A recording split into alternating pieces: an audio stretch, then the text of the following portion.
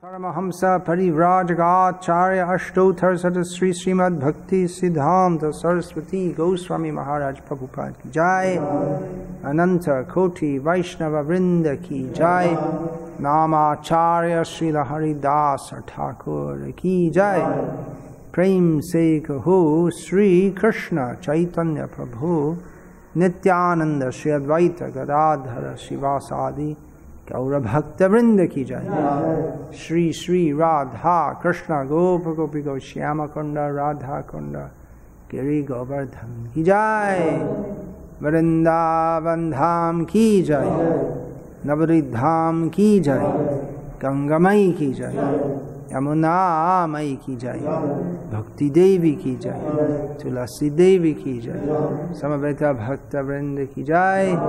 All glories to the assembled devotees, Hare Krishna. All glories to the assembled devotees, Hare Krishna. All glories to the assembled devotees, Hare Krishna. All glories to Sri Guru and Sri Gauranga. All glories to Srila Prabhupada. Nama Om Vishnu Padaya Krishna Prasthaya Bhutale Shrimate Bhakti Vedanta Swami Niti Namine Namaste Saraswate Deve Gauravani Pracharne Nirvishesha Shunyavadi Paschatya Desha Charne. Is there going to be translation? Translation is required for someone? Anyone? Everyone's okay with English, huh? Everyone's picked it up to some extent. Okay. Are you going to plug this in? Are you aware that this is not plugged in? Yes. Okay. Om Namo Bhagavate Vasudevaya. Om Namo Bhagavate Vasudevaya. Om Namo Bhagavate Vasudevaya. Om Namo Bhagavate Vasudevaya. Om Namo Bhagavate Vasudevaya.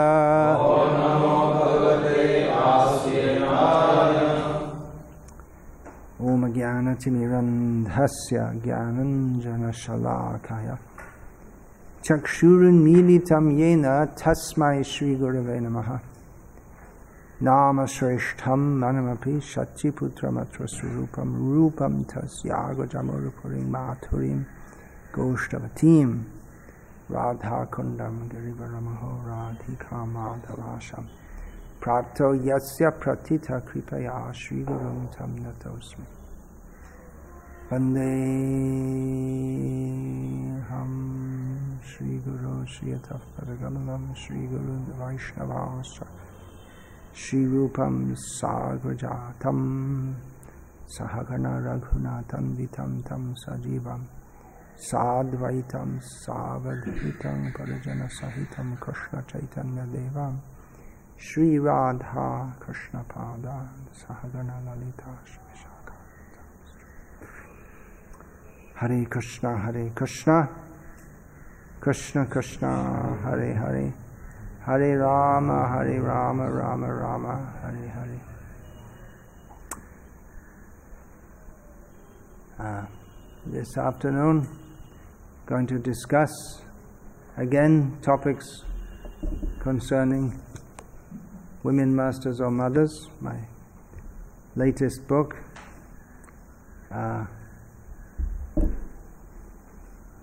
recently saw a letter in which it was stated that one of my male disciples had approached a GBC member saying that my guru used to speak about Krishna's pastimes, but now he just talks about women, and I don't know what I should do. But it's a strange thing, because generally I don't speak about Krishna's pastimes, nor do I speak about women. So I don't know. Sometimes I speak about Krishna's pastimes, and sometimes I speak on these social issues, but generally it's in different philosophical issues and like this. So I don't know if this is a fabrication or whatever. Anyway, A lot of devotees are talking about this nowadays, it seems, or more. By bringing out this book, it's brought this subject out into the open. It's been going on for years, many years. There is a divide in our movement on these matters. Even years ago, I remember speaking with Sahotra Swami, who's passed away, and we were just seeing that this is coming, and it came. Not just the divide, a cultural divide on all kinds of issues. And that's actually the subject matter of the book. The subject matter is not... Anyway, I'll get through it. It's difficult to know where to begin, because there are so many things to say. And I've said it all before, many times, but anyway, here we go again. The particular reason I'm taking up this subject again is because recently I received a letter from a female disciple of mine from the Western countries. She's been a disciple for 20 years, something like this. So she's not a new devotee. She's been very strong and steady in devotional service all this time. I'll read her letter bit by bit. Actually, there's more than one letter. I don't know how much I can get through now. And then I'll reply to some of the points bit by bit, verbally. I'm doing it verbally because I'd probably just have to write the book all over again to reply to it in writing. So here goes the letter, beginning. Dear Guru Maharaj, please accept my humble obeisances. All glories to Srila Prabhupada. As you know, during your last visit here, I was dipping into your new book, Women Masters or Mothers. I had a lot of questions, but you quite rightly told me I needed to read the whole book. I have since read the whole book, and with all due respect, I have to let you know that I found it unbalanced and disturbing. So that's the opening of her letter. And my commentary on this is that this is a spiritual crisis. If you find something that your spiritual master not only says, but makes the subject matter of a book to be unbalanced and disturbing, it's definitely a spiritual crisis. So she's doing the right thing by bringing it to me, and she hasn't. There are 2 or 3 letters she's written. It's just between her and me so far. So she doesn't want to. She's not making a campaign or sharing it with others like this, but she's sharing it with me. So I'm just quoting from a letter that I wrote in reply to her. But the main reply is going to be in this talk. And quite frankly, I'm doubtful if it will change her outlook on this. I'll speak about that more later. Anyway, I wrote to her, I've always known you as a dedicated and sincere devotee, wife and mother. So she is married. She's a good devotee. She's a good wife, and she's a good mother. You have always had much respect and affection for myself, but I suspect that you have not carefully heard from myself, which is the first duty of a disciple. Had you done so, you would have not been so shocked by this book, but because within my lectures I have repeatedly discussed the points made within Women Masters or Mothers. It's whatever is written in here, it's nothing new. I've been talking about these subjects. one of the lady devotees who was protesting in Vrindavan recently, she came up to one of our devotees who was selling the book, and she said to one of our devotees, "I'm very concerned. Your Guru's 150 lectures, all about women. I'm concerned. Why doesn't he talk about Krishna?" Well, these are 150 lectures. Obviously, she hadn't heard them. Otherwise, she wouldn't say that, because it's not just about women. It's about varnashram and the need for it, and it's not just talking about women. And actually, in the beginning of the book, I open by saying that why should we discuss these things at all? And I say that, well, Narad Muni in the Bhagavatam discusses these things, who's famous as a brahmachari. Srila Prabhupada has discussed these things. Yeah, and it's 150 lectures which are not just all about women at all. If you'd listen to them, you'd know. And that's out of 5,000 published lectures, or soon to be. Already 2,000, I think, are on the internet, and within a few weeks there should be 5,000. So it's a selection. And they cover all kinds of different topics connected with Krishna consciousness. So it's not that I'm day and night speaking about this, although it might seem to when you bring out a book like this.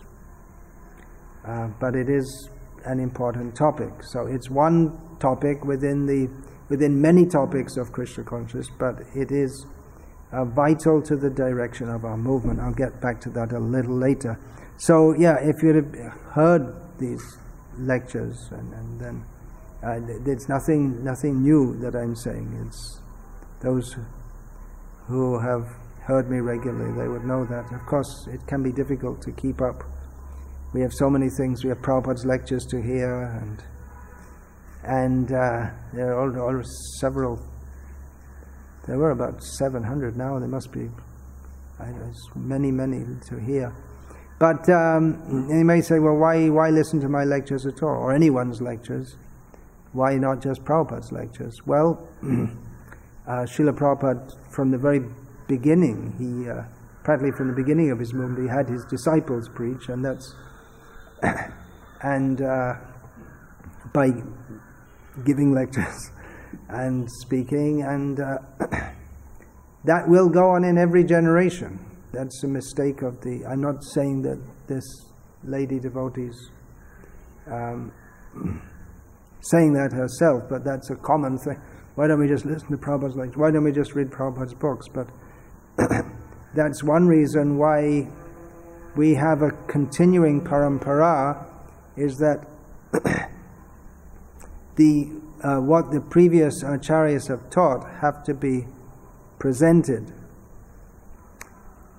in each generation. And there will be disagreements. It's already going on. The most prominent disagreement over an interpretation of Srila Prabhupada's instructions on one particular and crucial issue is the Ritvik heresy. Although from the Ritvik camp they'd say that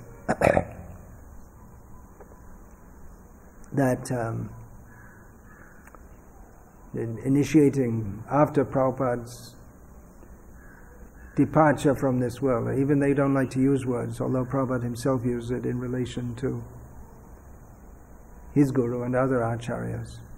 So that is it requires acharyas and devotees writing and so much analyzing what are the teachings of the previous acharyas to understand them, and there will be disagreements and divisions. So this is one which is going on. I'd like to say to that lady disciple of mine who's written this letter in protest, she's disturbed by the book, you are the only one so far who feels offended by what I wrote and took the time to explain politely your objections in detail. So others have said that they don't like it, but she has put forward her objections. So thank you for that. Now I'm just about to have this book reprinted, and I'm going to. A few more things have been added in the version that's about to be printed. I'm also going to include near the beginning of this book a quote which I found in the Veda base, which is from the ISKCON Communications Journal. I'm not sure if that's still published, but it's an academic journal in which topics directly or indirectly concerning ISKCON are discussed. Scholars, professional scholars, people with PhDs working in academia, they write on topics concerning ISKCON. So in that there was an article, the endnotes. It's called The Debate About Women in the Hare Krishna Movement by Kim Knott. This is from 1995, so you can see it's nothing new, this debate. But actually there hasn't been much debate as such. Well, there's been a lot on the internet, but not any real bringing devotees together and discussing. That's done within the Catholic Church. They bring cardinals and bishops together and they discuss various issues, especially there was the Vatican Council, Vatican II. I mentioned that in the book. In the 1960s, they brought all these thinkers within the church together to discuss about how the church can function in the modern world, and they made many compromises, actually, which the immediate result of which was that many priests and monks and nuns, they left their vocation, and some of them left Christianity altogether because they said, well, we have to become more liberal and open, and you start to see the nuns walking around with short skirts and ridiculous things like, well, short means up to their knees, which is why. And then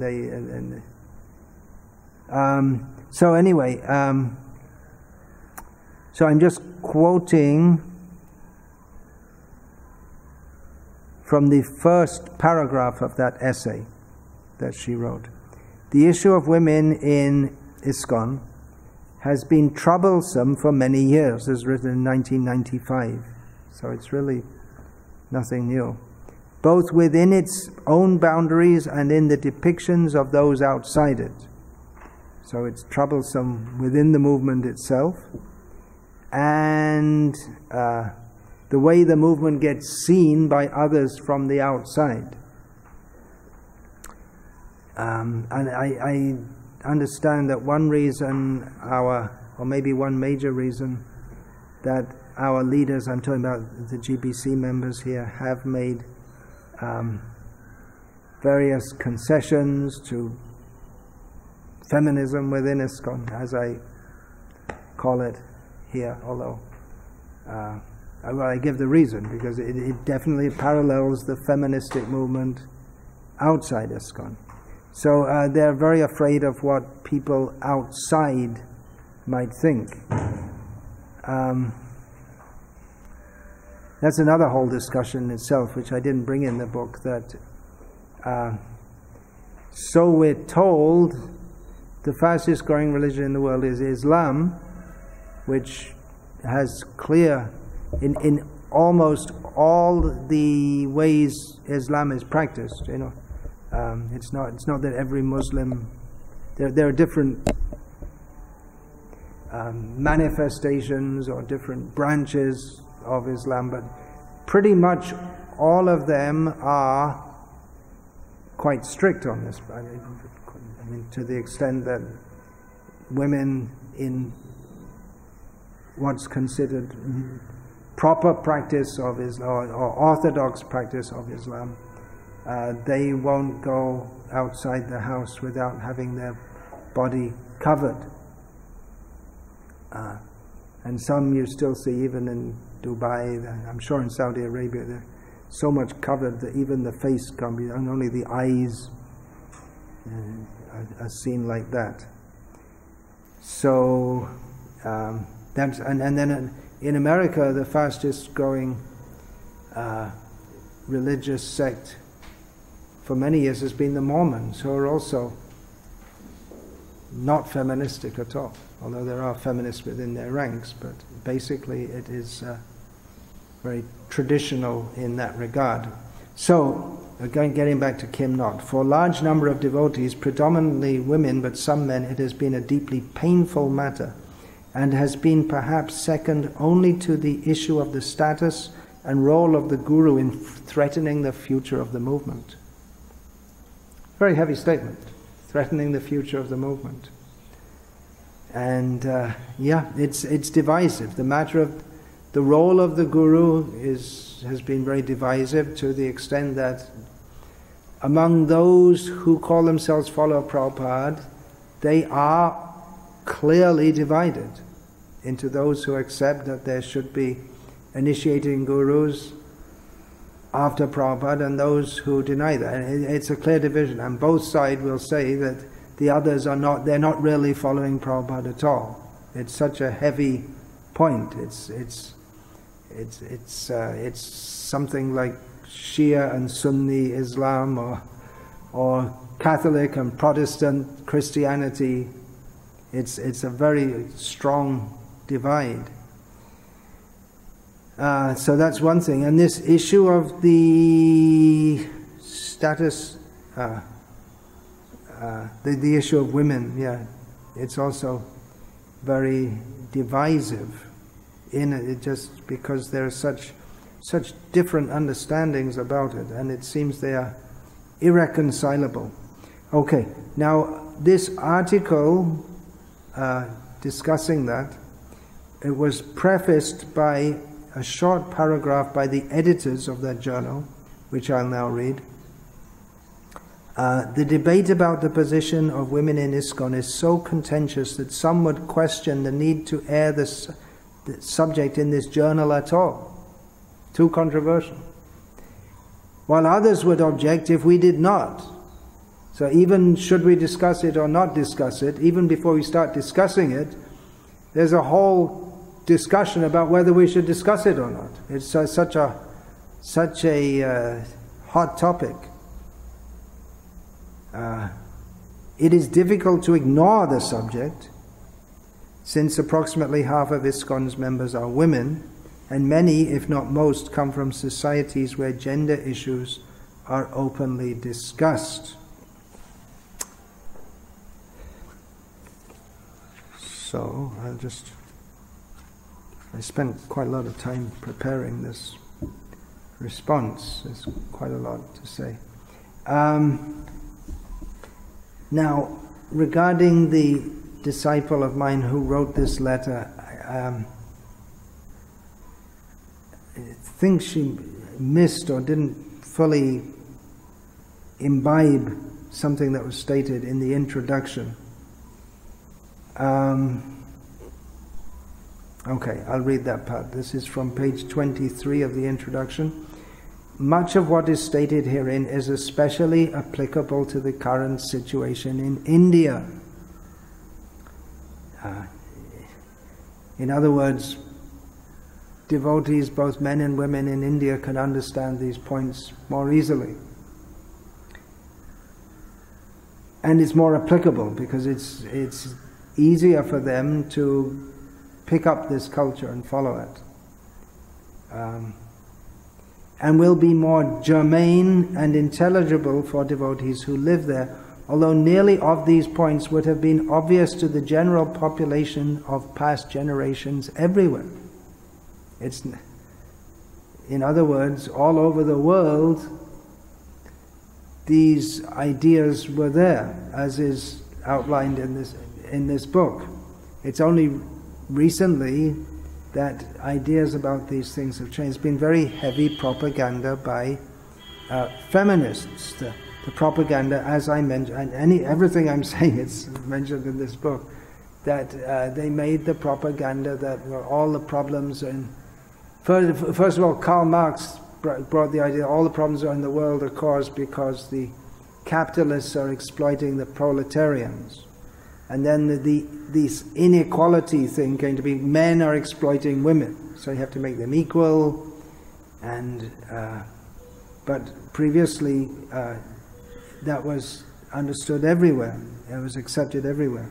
Although feminists would say, yeah, but that's wrong, the whole of history is wrong.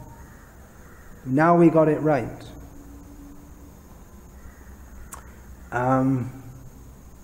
It's a long and complex discussion how this mentality came about. A lot is to do with the whole restructuring of society, beginning with the Industrial Revolution. The old roles broke down. The home was an important and active place. Men worked. If you're working in the fields, you're close to your home, and children are desired. To have many children is something desirable economically, and so many reasons. It's quite these things have been analyzed by others, not myself. It's quite complex. But anyway, these points would have been obvious to the general populace of the past generations everywhere, and still will be obvious to the few remaining sane persons in these culturally challenged times. Unfortunately, it cannot be expected that everyone will accept everything in this book, especially since one of its purposes is to counteract the erroneous propaganda that Srila Prabhupada treated men and women equally in all respects. Even devotees who generally appreciate the recommendations herein might circumstantially be unable to follow them. For instance, many devotees are virtually locked into modern society. Certain women are practically obliged to go to work. Some couples are unable to beget children. And some devotees who never wanted to divorce are presented with no other choice by their recalcitrant spouse. Clearly, modern society is different from the Vedic civilization as Srila Prabhupada has described it, and to follow Vedic culture is easier said than done. And elsewhere in the book I write about how you just can't turn on Varnashram by a switch. You just can't hit a button and say, okay, Varnashram. It's as we ourselves here in India in establishing our pilot rural projects meant to be developed as Varnashram. We're just starting, devotees living on the land, producing their own food and all these things. It's a great task. Srila Prabhupada said 50% of his work was not done. If he had done it, it would have been much... If Prabhupada hadn't brought Krishna consciousness to the West, we wouldn't have a clue how to do that. And Prabhupada didn't show us how to establish Varnashram. Actually, he said, I want to show that. But then Krishna took Srila Prabhupada away, so we have to do that. It's a very big task. So I think that one misunderstanding by which many women in particular, many women, I don't know how many, yeah, maybe many, are upset about this book is that they're thinking that my proposition is that immediately every woman in our movement has to change overnight, but I'm not saying that. It's a misunderstanding. It's talking about the direction of our movement, that we should know that our aim is to establish Vedic culture. There's a movement within the movement going by the name of Krishna West, which says that the general manifesto is that, well, we should just keep the spiritual processes of Krishna consciousness, but we don't need all the Indian culture. But then, the Indian culture we should understand, when we say Indian culture, of course, when we say any culture, it's multifaceted. If we say British culture, what do you mean by British culture? Maybe a little difficult to say exactly, but it's definitely different from Indian culture. And we're talking about attitudes in all areas of life, and then religion, or lack of it in Britain, is more prominent than religion. Food preferences, how people spend their time when they're not working. It's a very big topic. So British culture is different to Indian culture. Srila Prabhupada referred to the Western culture, nasty Western civilization. He wanted to bring in Varnashram, which more or less we can say Indian culture. Prabhupada spoke of Vedic culture, sometimes he spoke of Hindu culture, sometimes he spoke of Indian culture. So when we're talking about Indian culture, we're not talking about the modern, or much of it, of what the degraded form, but the original Indian culture, some of which is still alive today. The very fact that so many Indians all over the world are taking to Krishna consciousness is because they're more culturally prepared for it. It's a culture which helps people to take to Krishna consciousness. Whereas the Western culture, nasty. Srila Prabhupada wanted to change that. So what is the general direction of our movement? Of course, chanting Hare Krishna, distributing books, these are the basic activities, but there must be some social direction also. If we're to go beyond the stage of having just a few devotees in temples chanting here and there. And Srila Prabhupada did give a specific social direction, which was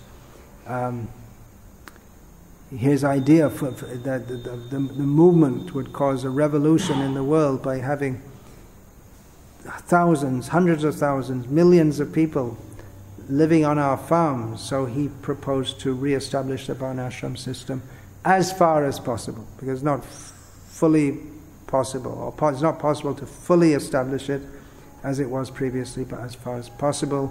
And for this purpose, Srila Prabhupada, he explained, he often spoke of, often wrote about his own experiences and narrations from the past. He gave verses from Shastra,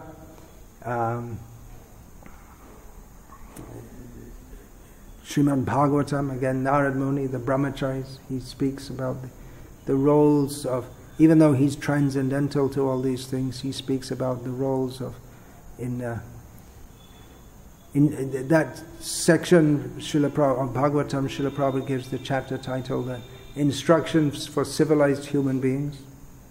So elsewhere Srila Prabhupada writes that Varnashram, unless you follow, the beginning of human civilization is Varnashram. So this is the social direction that we should be heading for. It may seem unimaginable. How are we going to do that? Apart from this issue of women having a socially subordinate role, which is very painful to many women, but we can't avoid it forever. Another thing is grading or making divisions, Brahmana, Kshatriya, Vaishya, and Shudra, because mostly no one wants to be graded as a Shudra, but the majority population in any society is Shudra.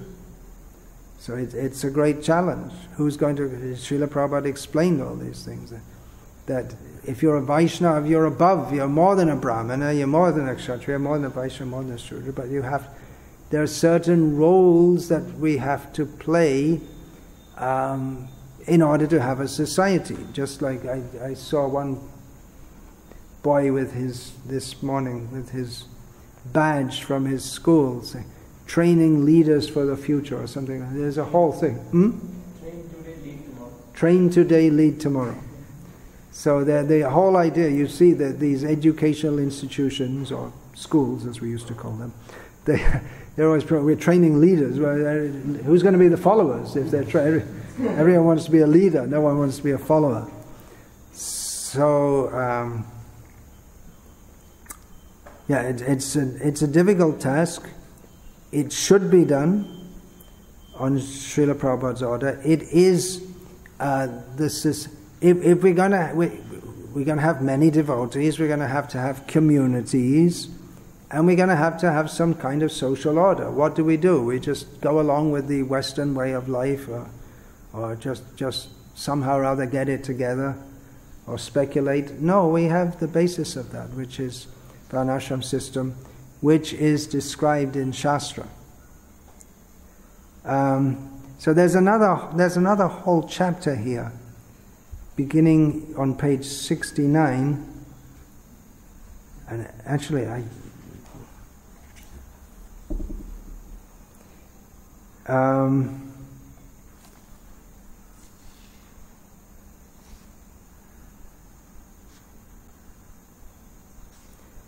could read the whole thing. It's so crucial, actually. This point is this point. I believe this is the crux of the division between those who think that, well, Srila Prabhupada he treated women as equal. Actually, he didn't, but he did give them many opportunities in the Western world, which had never been given in the past in India, and many of our female devotees, and some males also, I think, well, this should continue. That should be our model forever. But there is good evidence, but I know everyone's not going to accept it, and that's why there's a division. But anyway, there's good evidence that Srila Prabhupada, he gradually introduced the culture. He gave the teachings gradually, he gave the culture gradually.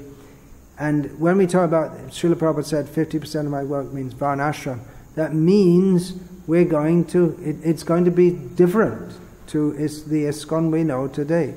It's not going to be, not at all. Where are we going to look to understand that? Then we have to look at Shastra, we have to look at the tradition, we have to look at what's best in that tradition. I'll get back to that a little later, but the idea that, anyway, I think I just read this whole section and maybe comment. This could go on for a long time, this lecture.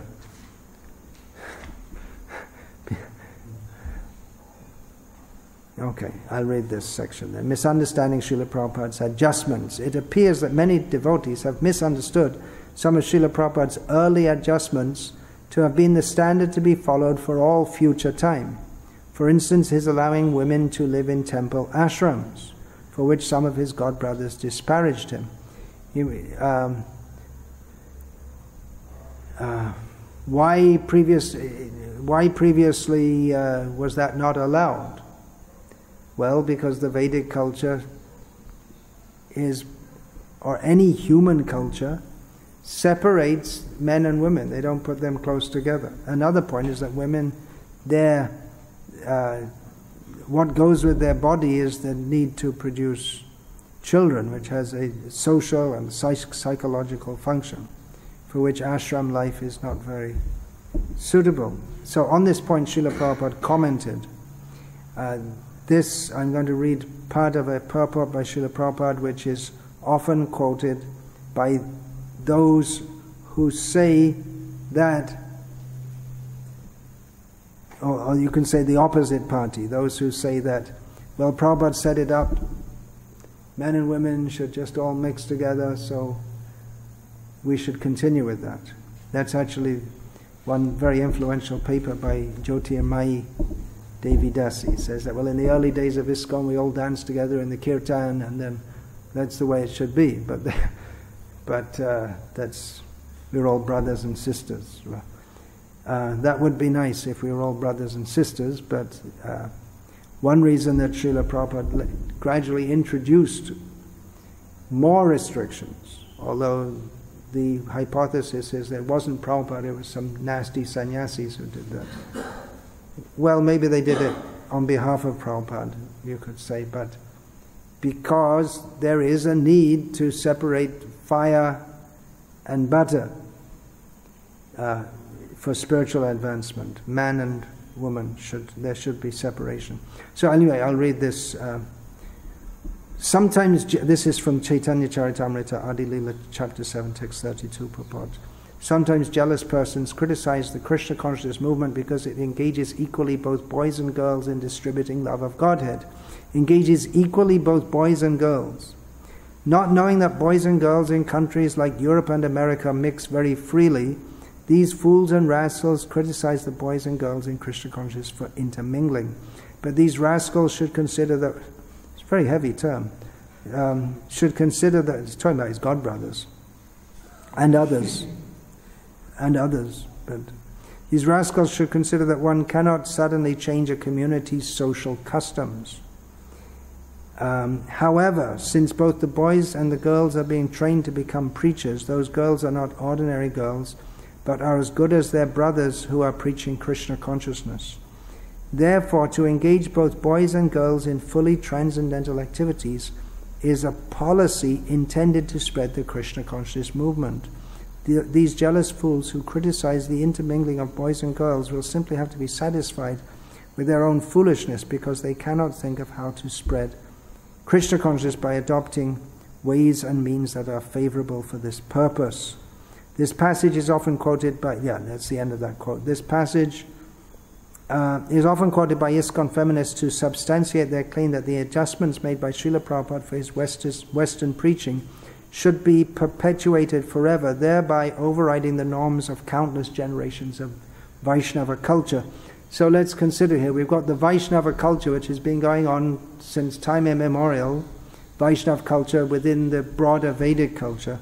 And Srila Prabhupada comes to the West and he's preaching among people with no idea of this culture, who are mlechas and yavanas, that means me and others. And one cannot suddenly change a community's social custom. So he's giving the essence of Krishna consciousness. He doesn't say that he doesn't want to change it, that our mlecha and yavana culture, that should go on forever. Unfortunately, in the West, people are so much enamored. And in India also, people think everything Western is so wonderful and so great. But it's a disaster. The Western society, socially, it's a disaster.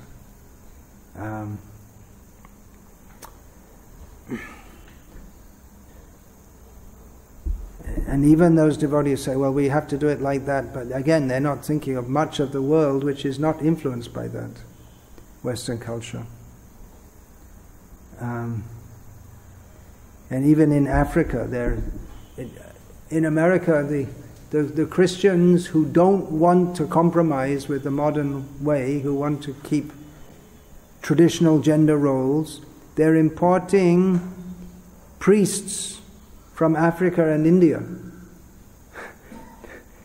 who are still maintaining the traditional outlook.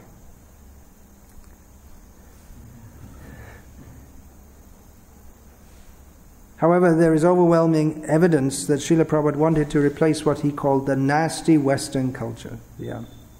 Here the words, one cannot suddenly change a community's social customs, indicate that even though Srila Prabhupada certainly wanted to change social customs in the West, he realized the impracticality of trying to suddenly and completely change everyone. Quoting from 2 letters from Srila Prabhupada, in our society the boys and girls mix, intermingle together, and this is practically impossible to stop because you Western people are accustomed to the habit. Sometimes my godbrothers criticize me for intermingling of girls and boys, but there is no way out of it. You girls and boys will mix, even if I say not to, they cannot avoid it. They sit separately in the temple and then outside mix again. So this was not possible from the beginning. Sometimes in India, I'm criticized that I keep women and men in the same temple. In India, that is not allowed. No woman can live at night. They can come and go. But I defend myself that that is the system of the country. The women and men, they intermingle. How can I check it? Then the women, shall I not give them any chance for chanting Hare Krishna? No, I shall give this chance to women, even at the risk of illicit sex.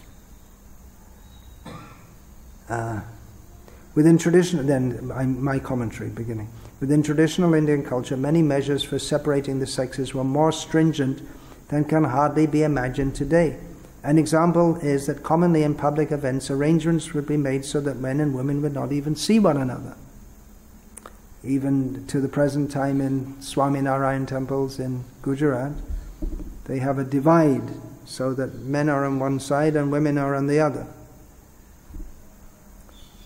Elderly people in India might remember the use of they'd have to be pretty old now, might remember the use of a bamboo screen for situations in which unrelated men and women would need to communicate. For instance, an Ayurvedic doctor, in those days only males were doctors, would examine a lady's pulse from behind a screen via a cotton thread tied around her wrist.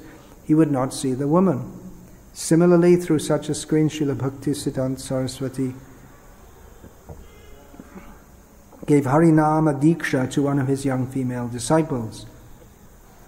Such apparently extreme measures, nowadays we'd call that extreme, were the external manifestation of a culture wherein much precaution was taken to prevent even impure thoughts, what to speak of improper interactions. I was just talking to you this morning, Chittahari, that maybe your generation was the last in India, at least in the big cities, where the boys and girls at school, even though there was co-education, but they didn't talk together, they didn't mix together. Nowadays, boys, they all have girlfriends, and boys and girls like this.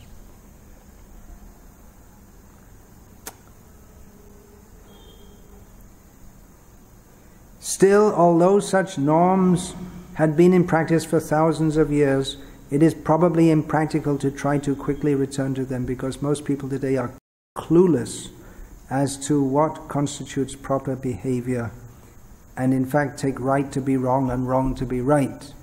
So, again, I'm not saying that we have to just change everything overnight. It's understood that we have to go step by step, but we have to make some steps. It's about time we made some steps. Or at least understand that we have to pack up and get ready for the journey. We have to see this is where we have to go. Recognizing that it was difficult for his Western and especially his female disciples to accept much of Vedic culture, Srila Prabhupada did not force them to adopt traditional practices of gender separation. Yet he let them know that quote from Prabhupada, the separation of man and woman is desirable. The very same principle he had outlined even before coming to America. This is from a purport. Srila Prabhupada writes in the first canto, the ladies of Dwarka did not mix with the crowd on the street, and thus their respectability was perfectly observed. There was no artificial equality with the man. Female respectability is preserved more elegantly by keeping the woman separate from the man. The sexes should not mix unrestrictedly. So, my commentary again. Srila Prabhupada was quite aware of the mindset of his Western female disciples. I'll get back to that a little later. It's already 1 hour. And often encouraged them to serve Krishna in ways that were commensurate with their abilities and outlook. Doing so helped to kickstart the Krishna conscious movement in the West. Yamuna Devi Dasi recalled, as a strong and independent young woman, I met Srila Prabhupada in 1966 and took initiation in 1967. Had Srila Prabhupada demanded conformity to orthodox roles for women as a condition of surrender, I, along with many of my god sisters, would probably not have joined ISKCON. That he did not is a testament to his spiritual vision. He lovingly encouraged and engaged us in the service of the Sankirtan movement, and he consistently revealed himself to be Pandita Samadarshinaha, equal to all. And then I say that apart from Yamuna, many other female devotees have made outstanding contributions to Srila Prabhupada's mission. Srila Prabhupada wanted to impart Vedic tradition, but he was also practical, and therefore he wanted to impart Vedic tradition. This is an important point, which there's a divide on this. Some say, no, it's India, it's just India. You know, all this Indian stuff. That's the main point of Krishna West. We don't want anything Indian. So Srila Prabhupada wanted to impart Vedic tradition, but he was also practical, and therefore he made concessions for his Western sons and daughters. In engaging female devotees in ways unprecedented in Vedic culture, he demonstrated extraordinary broad-mindedness. For example, he permitted women to perform deity worship in public temples, which is disallowed in India, and to live, albeit separately, in the same ashrams as men. He made these cultural adjustments to facilitate the establishment of Krishna consciousness in the West. I'll just skip through because we have a lot of stuff to go through. I'm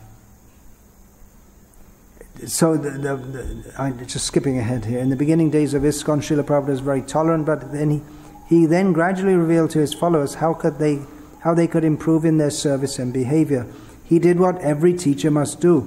First start with the basics, and only gradually introduce more developed concepts. That's true teaching anything. You don't start teaching children mathematics, you don't start with algebra. You have to start with 1 + 1 = 2. Although he had a definite outlook on Sri Dharma, I don't think anyone can deny that if you read Srila Prabhupada's books. Sri Dharma, the duties of women as described in Shastra. He did not forcibly impose it due to his observation that Westerners were simply not ready for it. And again, I'll get back to that later. Still, along with introducing pragmatic adjustments, Srila Prabhupada often spoke about Vedic culture and the necessity for establishing it, which includes traditional gender roles within the Varnashram system. While being lenient and seeing the spirit soul in everyone, he never, as some would have us believe, overrode the Vedic social teachings.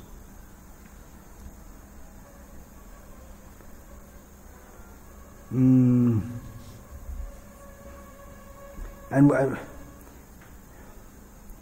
I'm just quoting from one conversation of Srila Prabhupada. Now Prabhupada said, now there should be one rule, that unless they are husband and wife, man and woman should not worship deities together.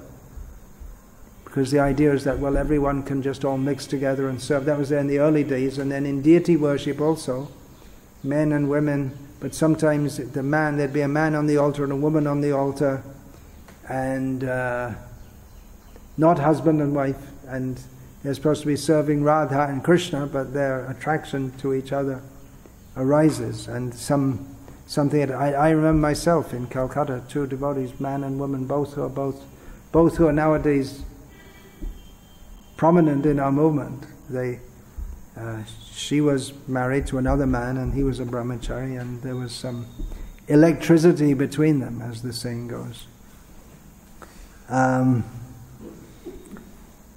So Prabhupada, so in the beginning, they let them all mix up, but then he said this in 1976. Prabhupada said, now there should be one rule, unless they're husband and wife married to each other, man and woman should not worship the deities together. And actually, if that rule had been followed, then there was recently some major scandal concerning one pujari in our movement. If that had been followed, then we would have, the movement would be better off today. This idea we all mix together and then it's all, we all just bliss, we all love each other and it's all Krishna conscious. But as I point out in this book, Srila Prabhupada, he spoke about establishing Varnashram even before he came to the West. But in the last few years, he emphasized it more and more.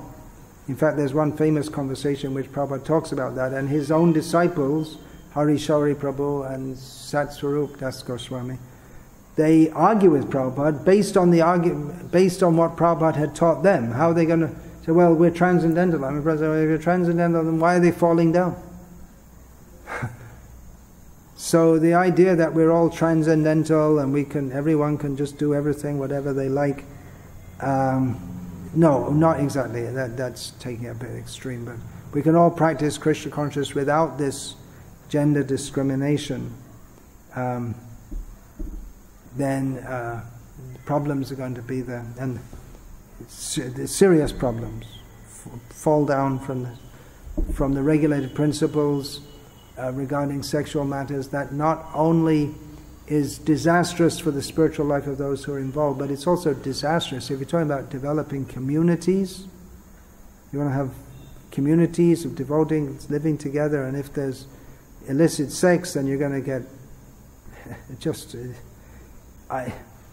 you're going to get one man killing another man because someone ran off with his wife, or just, oh, what can you do? And families are messed up, and then within the community, then some looseness comes in, and it becomes a common thing, as unfortunately it is in ISKCON today in some parts of the world. I know one of my godbrothers, he was very upset when his wife of many years just told him one day that, well, I don't want to be married to you anymore. I have no complaint against you, but I just don't want to be married to you anymore. And he tried to get the local GBC involved, and they said, yeah, just get used to it. It's just normal. They didn't want to get involved. They didn't want to say anything. So that's the way things have come. You also, now that you're moving into a community where there are families all close together, if there's any sign of anything that's not correct, check it at the beginning. Any sign, now just don't let it go. We have to be very strict, otherwise everything's going to be spoiled. Yeah. I may not be able to convince everyone in the world, but at least some. These communities that we're attempting to set up, it's a great challenge. It seems that some already want them there, hoping that they'll fail. Seems like that. It's a great challenge. This illicit sex will spoil everything, and for that we have to be very, very careful. Otherwise, people can live relatively happily. Families together, devotees. This morning, so many families came to see me. It's very nice. They're all devotees together, but illicit sex really spoils everything, and then just complete disaster. And this feminism it's a manifestation of the whole culture, for want of a better term, in which sexual looseness is encouraged, or it's the norm, and then parents that don't care for their children, and then children don't care for their parents. There's no such thing as a family. It's a joint mess. People live together and they just eat in the same house. They have no relationship with them, and it's just a disaster. Totally, this feminism is a great disaster, and our movement should be, it's a great social disaster all over the world. Our movement, if we could show a better role, that would be show how people can live happily in family life, respectable life, responsible life, religious life.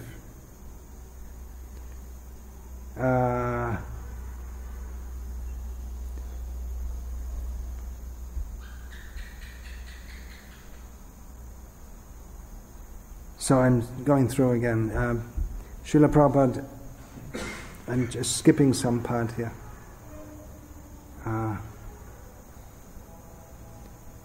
Well, I'll make one quote from the farm communities. Prabhupada said, a woman's real business is to look after household affairs, keep everything neat and clean, and if there is sufficient milk supply, available, she should always be engaged in churning butter, making yogurt, curd, so many nice varieties, simply from milk. The woman should be cleaning, sewing, like that. So Srila Prabhupada, he also engaged women in preaching, in Sankirtan, and various things. But for the future, Prabhupada said, he's talking about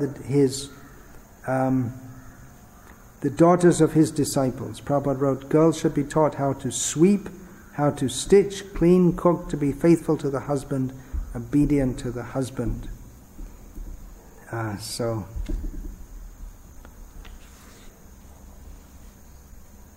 Then I give an analogy that Prabhupada gradually wanted to introduce these things.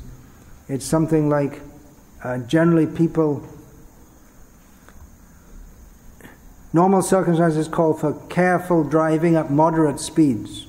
But in an emergency, you may just drive very fast, driving an ambulance very quickly.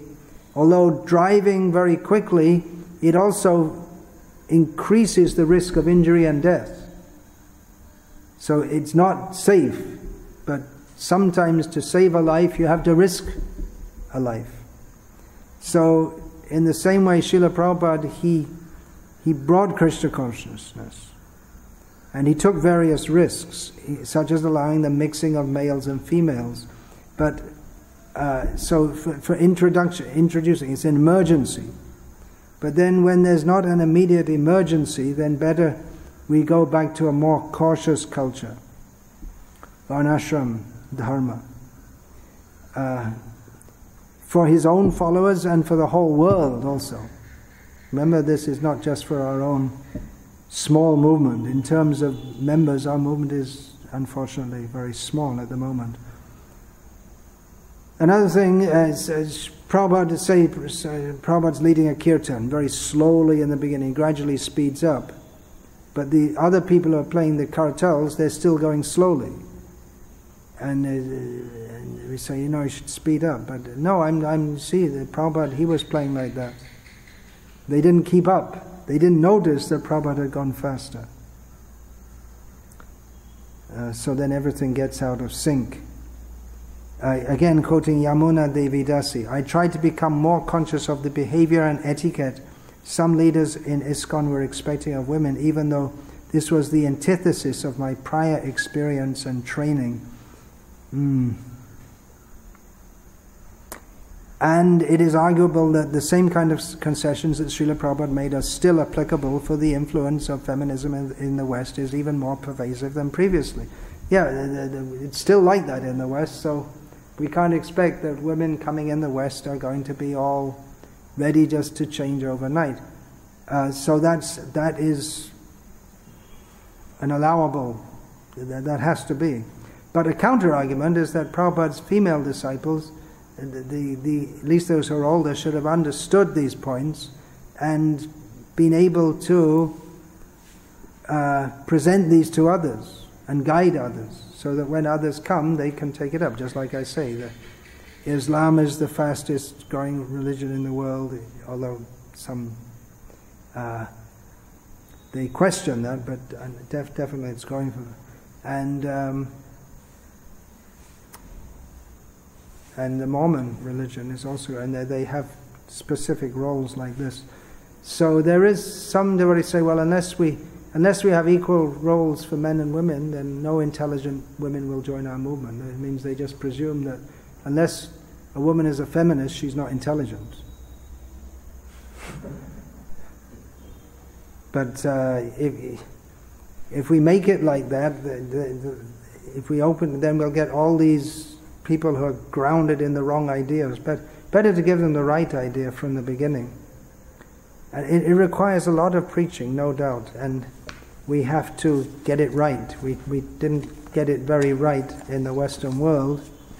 Our initial attempts at establishing Varnashram. But those who do follow this, as Prabhupada has often, these gender roles, and happy family, that people can live happily and peacefully, chant Hare Krishna. unfortunately in ISKCON we have tried this, and many have tried to follow this and failed. We are all Varna Sankara. We're coming from families where there's no culture. We don't have good sanskaras. We don't have good background. We're coming from the lowest class of people. So people have no idea how to live actually as human beings. But Srila Prabhupada wanted to introduce that, what it means to live as a civilized human being. If people get married, they have no idea.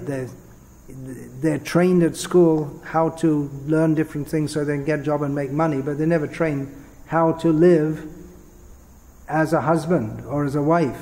Normally the training would be there right in the culture, but that's gone. Yeah, the children go to preschool, and then they go to that's the kindergarten, and then they go to the school. They're not raised by the parents. The parents don't know how to raise children because both husband and wife are out at work, working.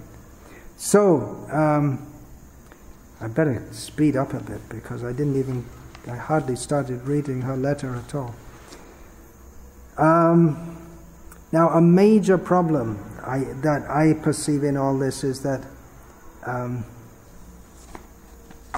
we're just examining what Prabhupada said, but, okay, let's quote from Chaitanya Charitamrita Purport. Prabhupada quotes Narottam Das Thakur, Sadhu Shastra Guru Vakya Chitete Korya Aikya. One should understand spiritual topics by the word of the Guru, the saintly people, and Shastra. Then he says, Shastra is the center of all. So, what Prabhupada says should be understood in a way to illuminate, or it should be in concordance with Shastra, not to contradict it. And Shastra gives, even in Srimad Bhagavatam, gives extensive directions on these matters, social matters. And tradition, I'm going to have to go through this a bit quickly here.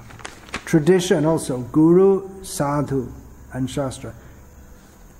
Sadhu, the previous sadhu, is the whole tradition. How do we understand Shastra? We understand it through the whole tradition. That means the previous acharyas, the whole culture of Krishna consciousness has been practiced for generations. This is called Shishtacha, or the behavior of cultured, civilized people. And it's in accord with what is in Shastra. Although there may be regional variations, or there may be variations within different sampradayas over certain details. But basically, every aspect of Vedic life, there's some rule. Why do people do it? Because there's some rule. And you can ask someone, why are you doing that? Because it's the Shastra. Ultimately they'll take it back to Shastra. So Guru, Sadhu, and Shastra. Srila Prabhupada wanted to establish that. Now, in establishing Varnashram, as I say, we're going to have to establish a whole social system. So we can't predicate that simply on how Srila Prabhupada treated his disciples in the West who had, as he said, they have no idea of this culture. We're going to have to look at the tradition. And this is the major point of the divide between those who we call traditionalists, otherwise called conservatives or fanatics or extremists or fundamentalists by some, and those we call liberals, or if you also want to throw in some pejorative terms, compromisers or whatever. So there's some nasty terms being thrown around.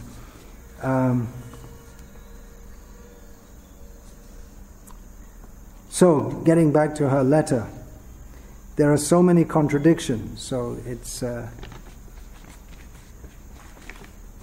it's a heavy thing if you think your guru is not speaking clearly or honestly, or he's making contradictions. That means contradictions either means being deliberately misleading or not very intelligent, or I've understood the issue better than you. It's a heavy thing to say, but she's saying it. So let's.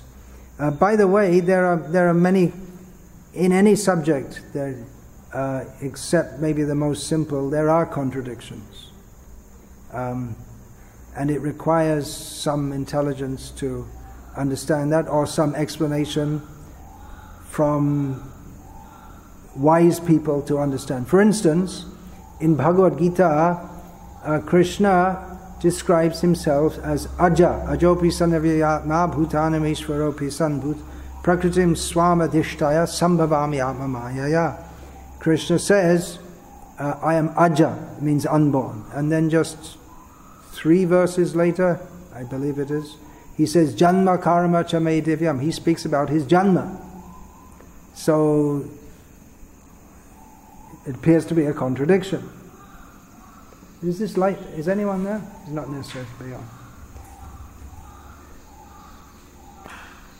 So there may appear to be contradictions, unless one knows the, unless one understands the background. Last time I was in Bhopal, I had a meeting with some Muslims, and one young man came up to me afterward and said that I can't remember exactly what he asked, and I said, yeah, there are contradictions, apparent contradictions within the Vedic literature. He was amazed that, oh, he's admitting it. There are contradictions. His idea is that everything should be absolutely clear, but life is more complex than that, and Krishna is more complex than that. And then afterwards I looked up and I found that, in case I had this in future, well, within Islam and the Quran there are apparent contradictions also. So that's going to... I just got an email from someone saying, Prabhupada, saying you should not kill. Jesus was against eating meat, and then he quoted Leviticus, I think it is, in which, from the Old Testament, in which it's stated clearly that there should be meat, this and that. I don't know, I'm not a Bible scholar, but I'm just saying that apparent contradictions will arise, and there are various reasons for that. In the case of Krishna calling himself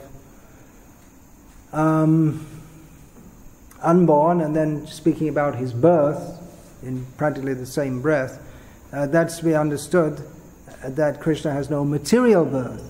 He's not born in the same way that we are. He's born but not born. So that may appear to be a contradiction. He's the biggest, he's the smallest. He's the kindest, but if you get on the wrong side of him, he can be the most angry and cruel also. So there are apparent contradictions. I've spoken about that in various talks. It's a very interesting subject which helps us to understand more about Krishna, about the greatness and glory and charm of Krishna. Srila Prabhupada also, there may appear to be various contradictions. For instance, in Vrindavan one time, there was one sannyasi who was staying there, and Prabhupada told him, get out on the road, don't stay more than 3 days in one place. The sannyasi should always be traveling. Then to another sannyasi he said, you just stay here and manage. He said to one, you should always travel, that's sannyas life. Another, you stay here. That's all. So apparent contradiction. So within Prabhupada's instructions there are also apparent contradictions. And I recently, one senior female devotee, after a lecture in Mayapur, spoke about how my book lacked academic integrity, although I think she hasn't read it, by saying that even though it has so many of Prabhupada's quotes, but she was suggesting that they're not taken in proper context or something, or there's some agenda or something like that. So the apparent contradictions can be the source of the different ways they're understood can be the source of major rifts within religious traditions. So There are many contradictions. For example, you cite examples that people would give to counteract your arguments and wave them away with describing them as hearsay. Then later you give pro-traditionalist arguments and quote Godbrother's hearsay to support it. So I asked, please be more specific, exactly which passages are you referring to? Her reply, sorry, I will have to search through the reference through reading the book again, but basically I think it's something Mataji says, like Prabhupada said we could, and you said it's just hearsay. Although I looked, the word hearsay is not in the book. As it's just one person, yet later you quote your godbrother Yashomati Nandan Prabhu said he didn't see women given class between different years. Well, I think that's a bit unfair to give such a heavy accusation. And well, I'm not sure. You should find it out. If you're going to make such a heavy accusation, find it out and give it. But again, anecdotal evidence, it's not rejected, but it's not primary. And what Yashomati Nandan said is backed by others. So it's anecdotal evidence. It doesn't in and of itself establish anything, but it's supportive. So, getting back to her letter, I feel this book is very unfairly written. I am not in favor of women's liberation inside or outside of the movement. It is the ultimate trap built by exploitive men, but I found this book to be unfair not only to Matajis, who have given their lives to Srila Prabhupada's movement, but also to women in general. To this, I respond that, well, you say it like that, but many women appreciate it also. So what's going on here is some subjectivism is going on here. I'm quoting from some of the appreciations of the book. One from a disciple of mine who's actually very highly educated from the material point of view, IIT graduate. Those of you who live in India know that's very prestigious, who told me that after she understood what I was teaching, she became much more peaceful in her mind, understanding her role in society as a woman. So, but she writes here, women masters or mother it is not actually a question of being one or the other. Well, I won't read the whole thing. The need of the hour is indeed to return to traditional gender roles, for as Maharaj points out, ISKCON already has many devotees competent to deliver learned lectures, but we have yet to demonstrate to the world a better way of life based on stable, happy families. So that's a quote from me. Then she writes, this book is a must-read for both men and women because they must work together toward having stable Vaishnava families across the entire ISKCON society. So she feels that this will be very helpful for having stable Vaishnava families. Then this is another quote from a lady devotees. I particularly put lady devotees, their quotes. She's not an initiated disciple of mine. She wrote, the relevance of this book is by no means restricted to Vaishnavis alone. This book has answered questions that troubled me and put to rest a growing sense of disquiet that I had been experiencing as a result of what I observed around me. I urge those who are wary of picking up women masters or mothers to disabuse their minds of prejudice and preconceived notions and to take a good hard look at what it proposes. So one devotee, female devotee, very serious, good, strong, committed female devotee, she finds it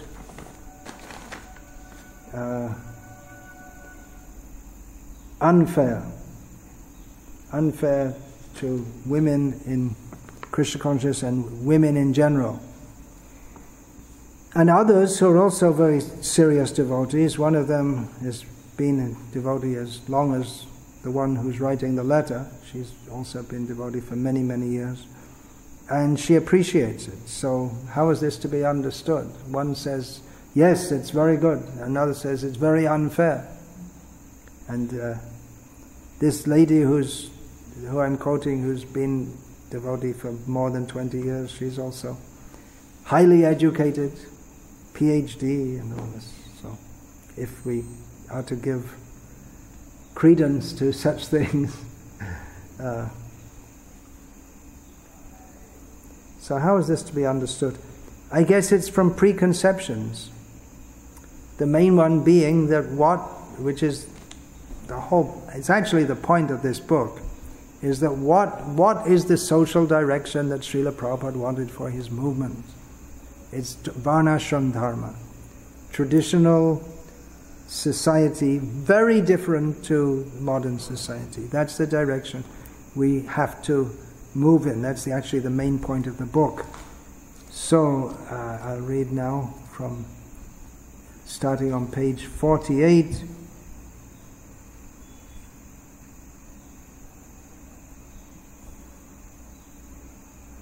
Where to begin? The Krishna conscious movement must choose either to try to implement Srila Prabhupada's orders regarding Varnashram Dharma or to accommodate itself with the modern world. We should make a choice. Up to now it seems we've been trying to accommodate ourselves with the modern world. Of course, I continue, this is not a completely black and white issue, because to some extent we cannot avoid adjustment with contemporary society, nor can we just flick a switch and turn on Varnashram Dharma. But we should know at least where we are supposed to be going and make serious steps in that direction. To avoid Srila Prabhupada's Varnashram mandate is Guru Ravagya, disobedience to the order of the spiritual master. If we instead try to increasingly adapt ourselves with non-devotees, we risk minimizing our connection with Srila Prabhupada. So it's a very serious thing. Prabhupada, he wanted us to establish Varnashram. And if instead we say, well, we can't do it, it's irrelevant, it's just some Indian mumbo-jumbo, we don't want to be Indians. I'm not saying that the lady who wrote this letter to me is saying that, but there are others who are very clearly saying this, and they're very vociferously stating it. Srila Prabhupada engaged his followers, male and female, in transcendental activities, such as preaching, distributing books, going on Harinam Sankirtan.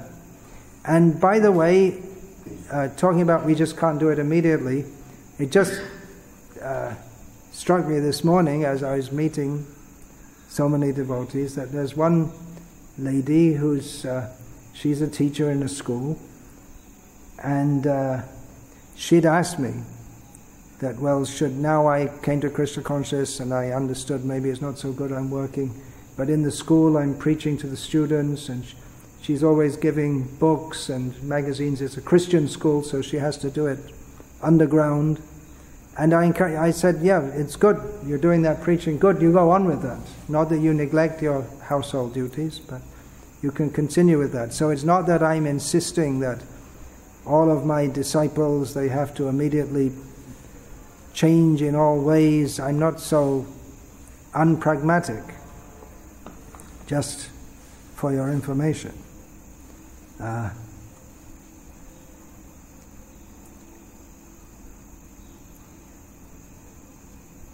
so Srila Prabhupada engaged devotees in this way, but at the same time he wanted to establish Varnashram. Sorry if I'm being repetitive, but I'm going to have to say these things over and over again.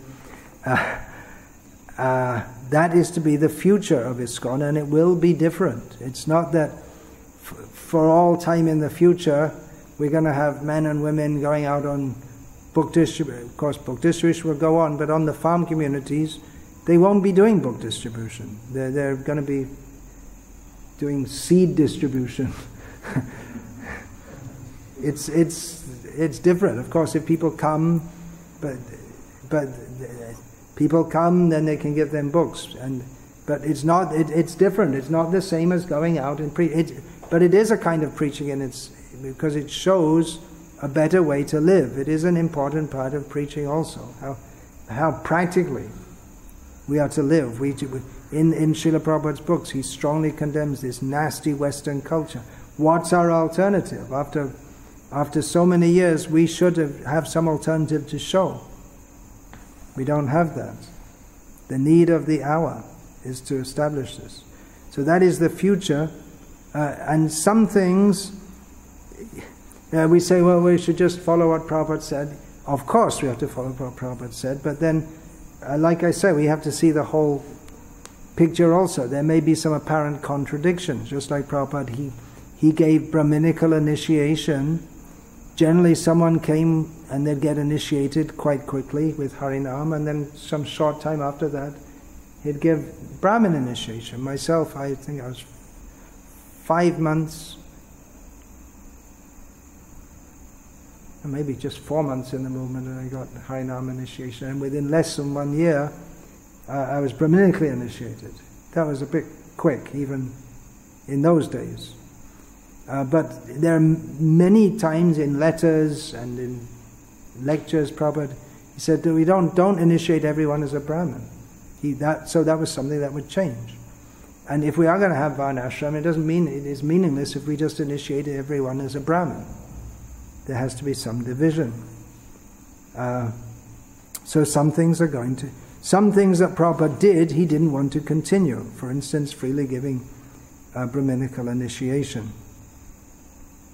On page 25 of this book, I write, this revolution, I'm talking about Srila Prabhupada's Varnashram revolution, affects all aspects of human life and proposes to revamp social organization on a basis that is completely different from that of any revolution conceived in terms of alternate forms for eating, sleeping, mating, and defending.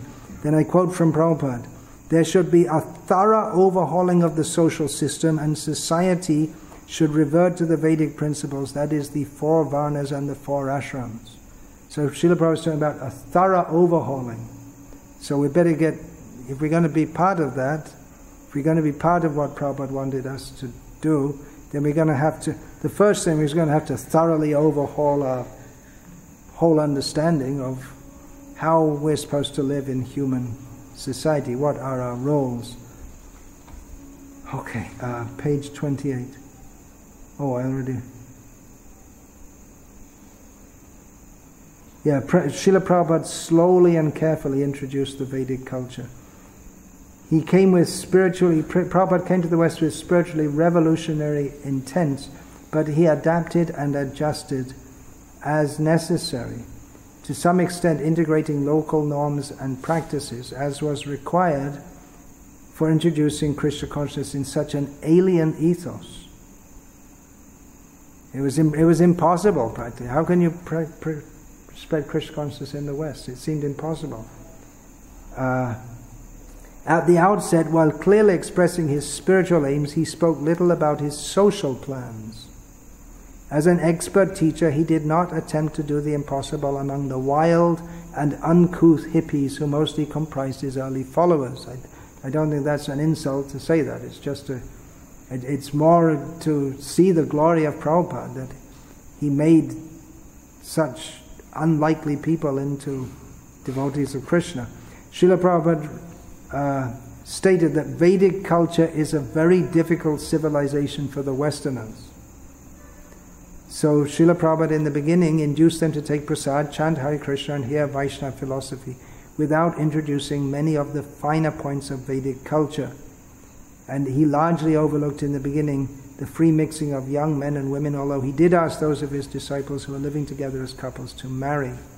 And it wasn't until several years after founding ISKCON that he began to press his disciples to institute Varnashram Dharma with all its attendant usages, although he'd already discussed it in his books. If there's time, I'll get back to that, because I asked that, what's your understanding? You have all these criticisms. What's your understanding of Prabhupada? He wrote in his book so many things about how Brahmanas live, how Kshatriyas live, how Vaishyas live, how Shudras live, women's role. Prabhupada wrote about this. Why? Was it some nostalgia or just some anthropological study? Prabhupada, he wrote about this because this may be disputed, but he wrote about this because he wanted us to adopt this as far as possible. This is the direction we should be going in. That is civilized human society. So Prabhupada, step by step, he brought in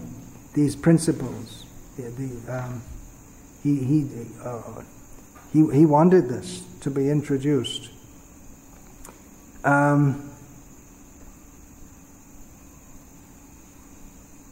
By the way, while I'm quoting here, I'm often quoting from what others have written also. In fact, this whole book, it's a condensation of points that myself and others have made over many years in various fora. So my name is there as the author, but and there, as many devotees have pointed out, there are many, many quotes from Srila Prabhupada. I think even those who don't like it, they don't like the book, they at least have to acknowledge that there are many, many quotes.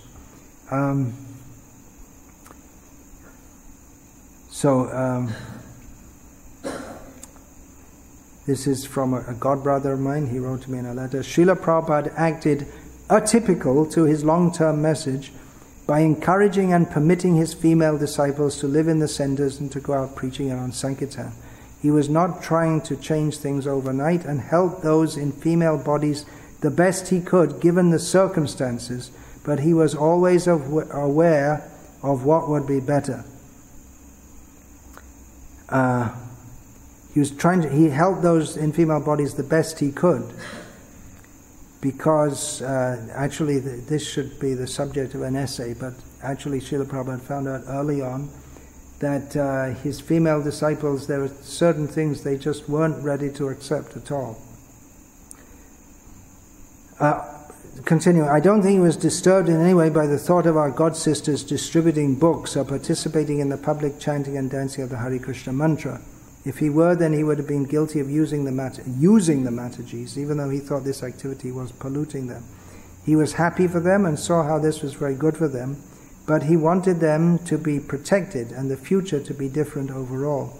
Women having to go out to work, even in the West, not too long ago, was considered a great shame on the man.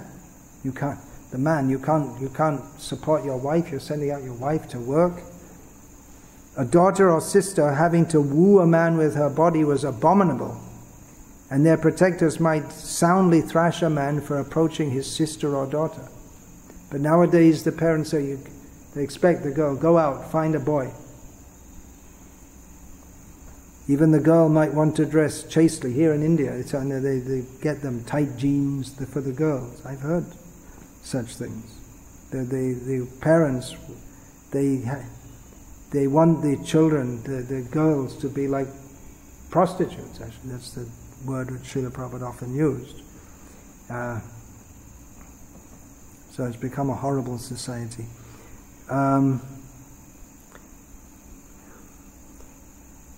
The first Brahmin initiation was done in Boston in, I believe, 1968. First of all, Srila Prabhupada gave it to 3 male disciples. Pradyumna, Gaurasundar, and one other, maybe Satsarup, I'm not sure, probably. But there were female devotees there also, and they were very upset.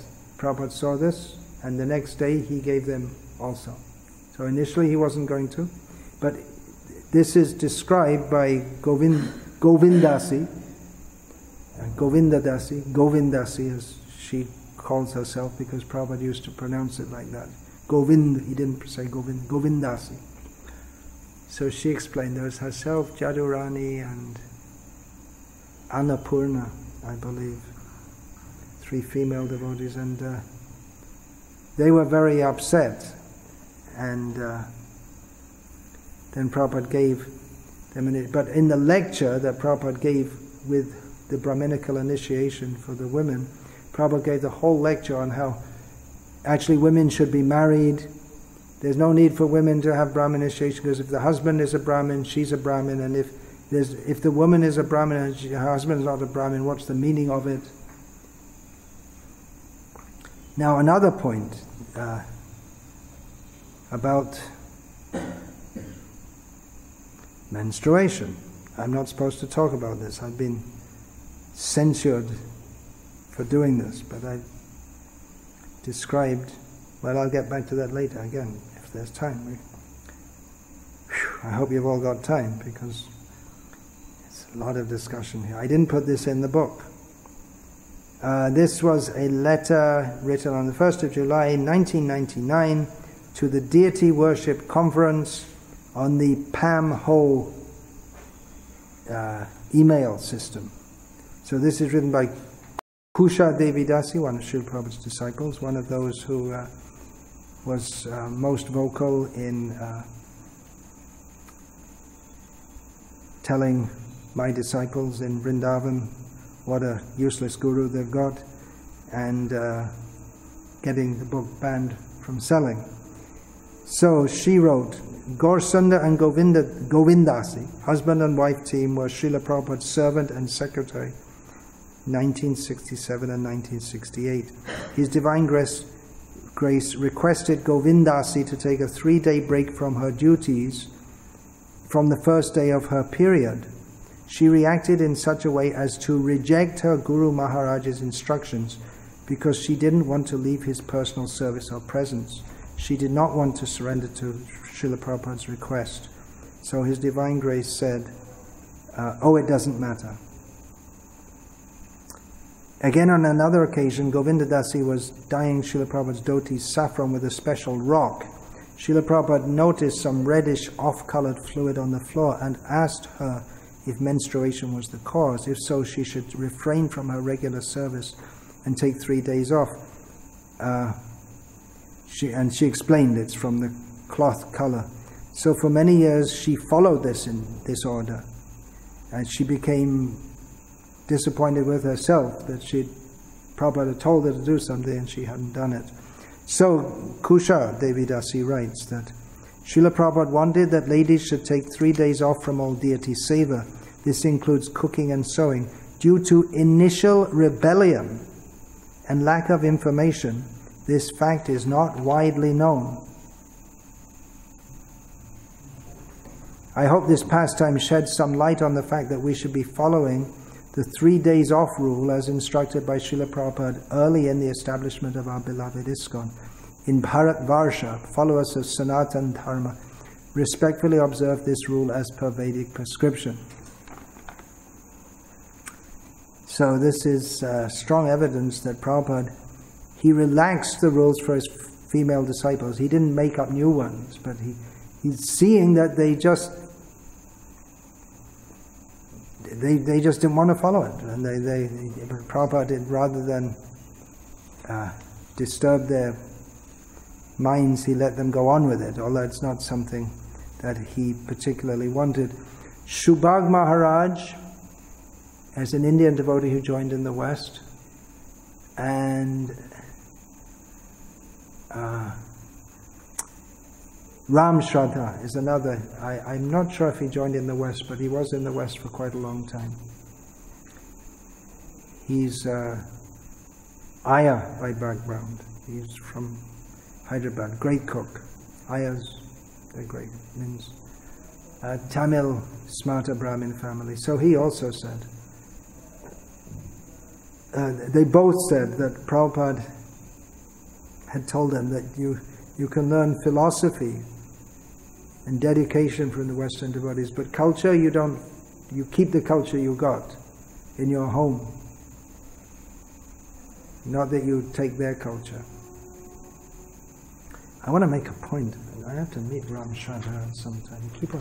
Put off these things, and then never get round to it. I'll just make a point of it. Hope he's in Mayapur the next time I go.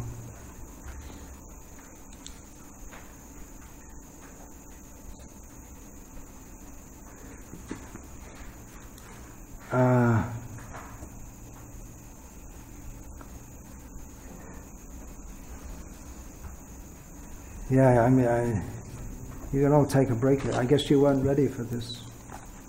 It's almost 2 hours and we're still not halfway through yet.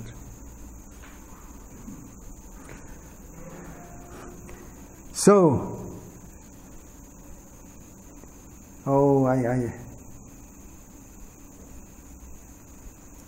okay, I'll just skip that.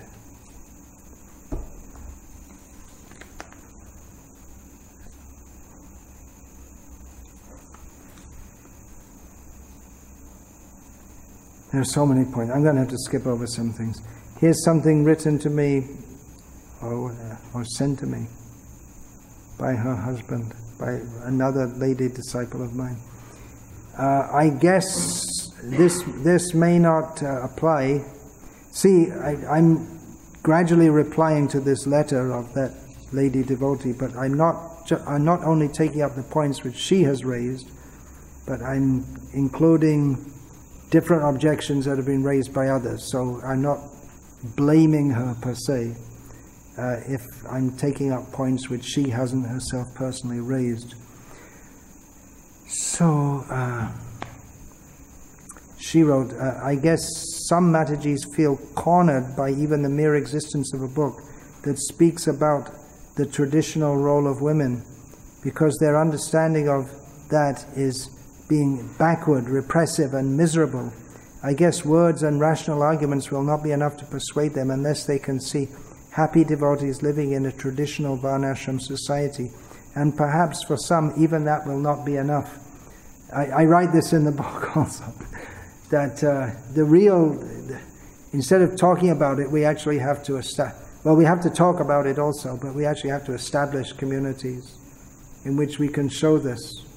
It's not an easy thing, and like I say, there are those they're just practically praying, "Dear Krishna, may these communities fail." Isn't it? We seem to have some evidence of that. They seem to be so envious, actually. So we're trying for that. And perhaps for some even that will not be enough. You see, just like we have lady devotees coming from the West to India and preaching they come and they preach to the Indian Matajis in Mayapur that, why are you serving your husband? He's explaining this, that, and they're living happily at home. And then one day the husband comes home and the wife, what happened? Yeah. She was quite happy and peaceful until she was told, and it's in a devotee in Japan said the same thing. We have all these lady preachers, when they come around, life at home is hell for 2 weeks, and then they calm down until they come again. Because they're preaching all these things. Why are you just being a wife? Self-fulfillment, blah, blah, blah, blah. They're actually disturbing women who are quite peacefully executing their roles. So that's... so what I see... it's something, this topic which I'm speaking on again, which I spoke on after... in Vrindavan I spoke practically a recap of this book. And again I'm speaking it. Why am I speaking again and again the same things? It's something like Bhaktisiddhanta Saraswati Thakur introducing the social change within Vaishnava society of initiating Vaishnavas as Brahmanas. It's something like that. It's not exactly the same, but he had to... If you see his writings and those of his followers, again and again and again, they state the same points. You'll find in the Gauriya magazine, Bengali magazine of the Gauriya Mat, again and again and again, they speak on this point, because you have to repeat it again and again and again, because people, again, and wherever you go, wherever he goes, someone would come up to Bhaktisiddhanta Saraswati, why are you doing this? This is wrong, this is against the tradition. And they would say, no, this is restoring the tradition, actually. This is according to Shastra. Restoring the tradition has become broken down. So you may say, well, why do you want to follow Indian tradition if it's broken down? Well, we have to take those parts which are good. Just like I was just hearing this morning. Srila Prabhupada spoke about how even though we don't accept the caste system by birth, still you can see there's a difference. People born in Brahmin families, they still have a culture. Generally speaking, more than those than in other castes. And he gave the example that in Calcutta, in the police force, mostly the Brahmins, for some reason or other, joined the police force, and they had there was an arrangement that each one would cook for themselves, because they wouldn't take food from anyone else, even from their wife, because Prabhupada said a woman is considered on the level of a Shudra. They'd cook for themselves, very neat and clean, quickly. They'd cook at midday, and they were svapaki. That means they'd only take what they cook for themselves.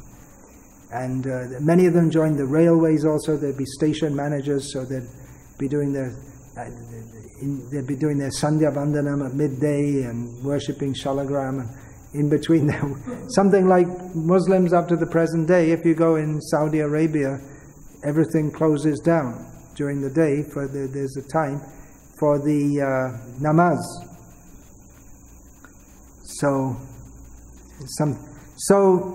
What was I saying? So he had to speak about it again and again and again and again. It wasn't his main message, but he saw that it was required, and therefore he did it. He could have not done it, but he saw that it was required. There was a major social change that was needed, and he had to go on preaching about it again and again and again, and still many didn't change. So I don't expect to change the minds of those who are committed in a certain way, but at least I want to present that there is a strong case, although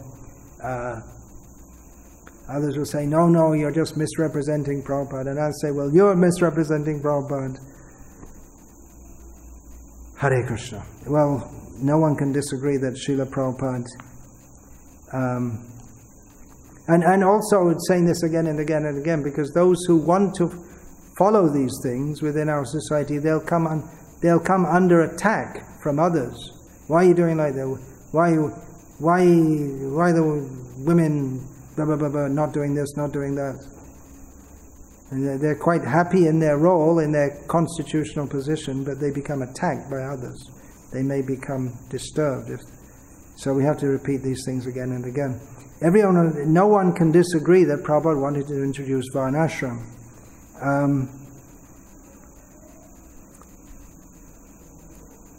So how do you get around that? Now I'm going to read from a paper from Krishna Kirti Prabhu, quoting from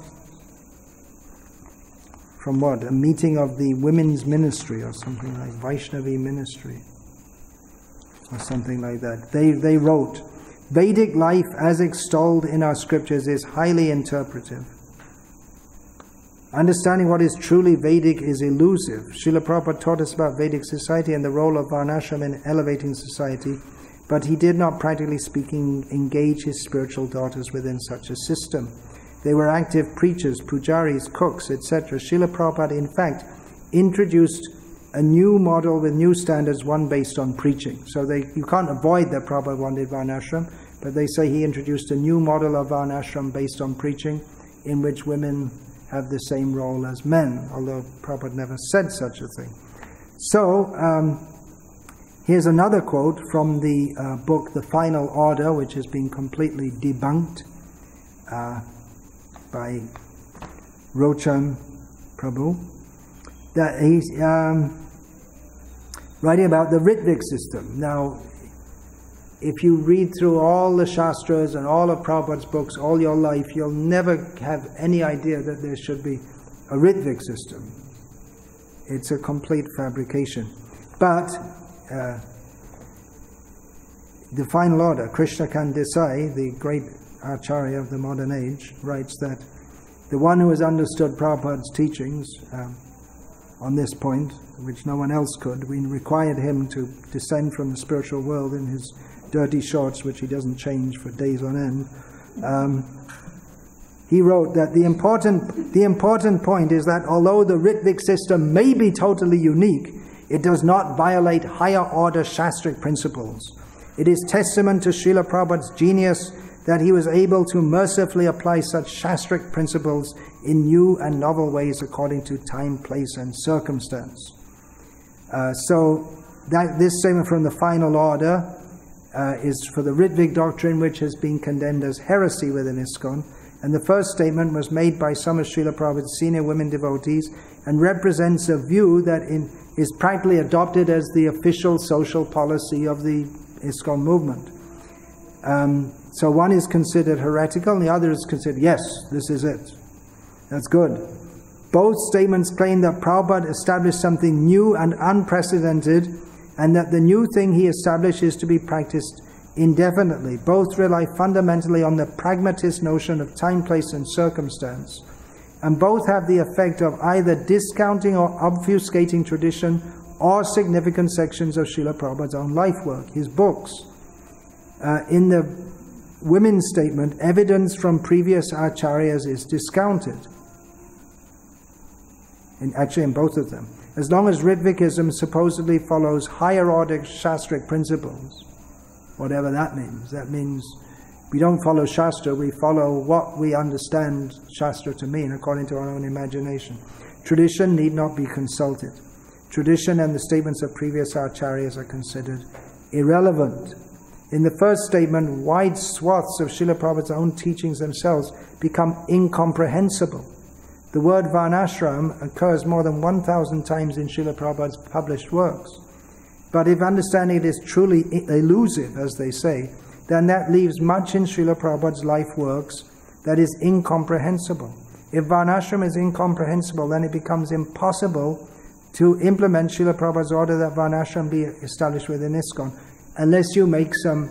It's incomprehensible, it's elusive, but we have understood that because Prabhupada engaged men and women in the same way, this is the new version of varnashram, although Prabhupada never said such a thing.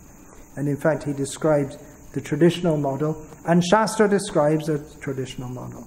But so large parts of Shastra and Prabhupada's teachings, they're just all swept away with some higher order understanding of what Prabhupada himself couldn't make clear. That's what they're saying. It's something like St. Paul. He reinterpreted Jesus. In the whole of Christianity is something quite different to what Jesus taught himself.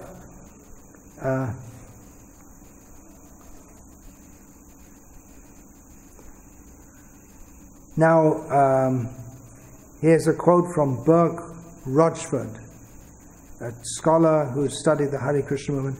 His book called Hare Krishna Transformed. He notes that Prabhupada's authority in ISKCON is no longer absolute. He writes, the debate about women's roles and place in ISKCON led to critical questioning of Srila Prabhupada's scriptural commentaries, as well as his overall authority as Krishna's pure representative. That's very heavy, isn't it? Because Prabhupada gave very heavy statements about women, and there's been some of his disciples who said, well,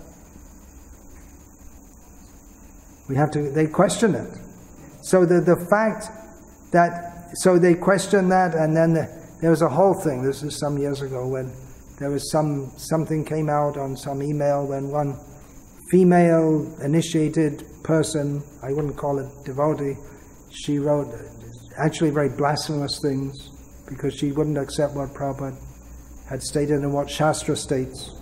She blasphemed Srila Prabhupada and Lord Rama for what she considered to be his bad treatment of Sita. And there was a few devotees and myself, we were pressing the GBC to act on this, but they didn't.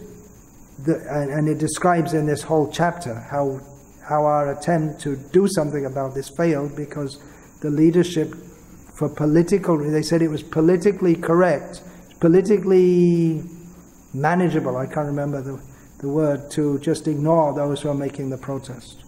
The fact that the leadership failed to act decisively on Prabhupada's behalf when his authority was being openly challenged was an acknowledgement that his authority no longer was absolute. Given ISKCON's increasingly pluralistic membership, it was perhaps inevitable that Prabhupada's teachings would be questioned, especially in light of their past misuse, resulting in the abuse of devotee women and children.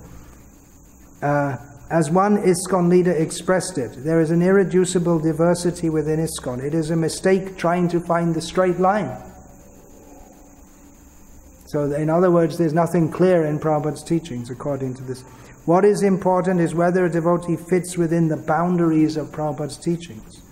Yet as this is Burke Rochford writing, and outside scholars, as these teachings become reframed as guides for thought and action, in place of being absolute truth, traditionalism will continue its march to the margins of ISKCON As it does, the goal of creating a viable cultural alternative to mainstream American culture will cease to exist.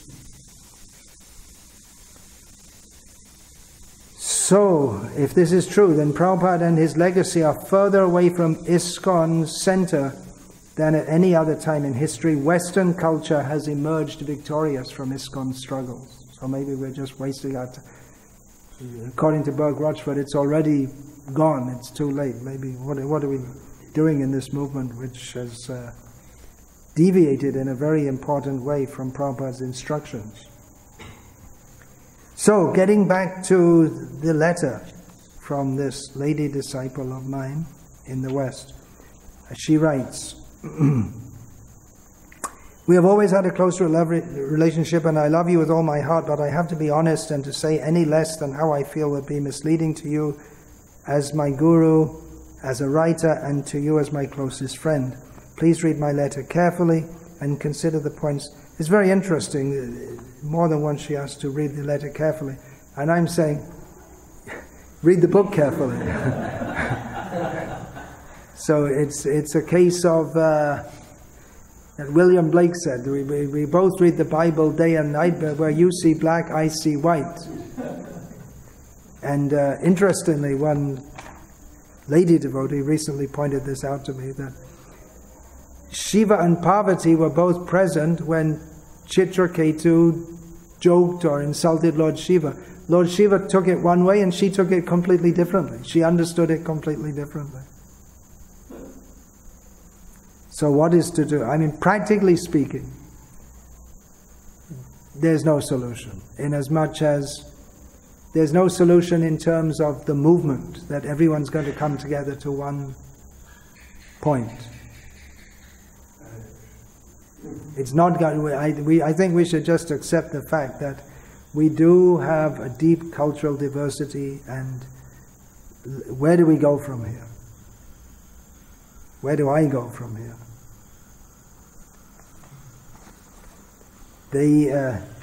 In the letter that was given to the president of ISKCON Vrindavan, saying that he wrote that even though this book has many quotes from Prabhupada, it's a complete misunderstanding of his teaching. But then I say, well, you've misunderstood it also.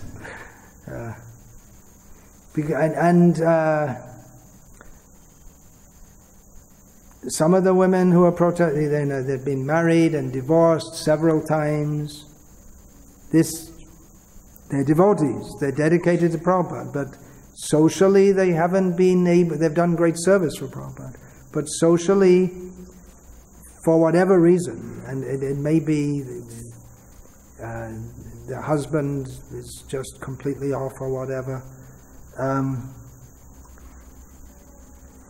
but for whatever reason, they haven't been able to live up to the social role that Prabhupada wanted. So these are things we should consider. Of course, our movement has considered it, and they've set up, in North America, they set up the North America Grihasta Advisory Board or something, and they try to counsel devotees how to make their marriage good, but they do it all on the basis of modern psychology, which isn't going to work, because modern psychology is based on so many misconceptions. It's not based on Shastric principles of how the man should be. They're not equal partners. Spiritually equal, but materially the man is supposed to take charge and the wife is supposed to serve. So, please read my letter carefully and consider the points I've made below. You see, we didn't even get to her points. For me are the main misgivings I found in your book. In other words, she has more.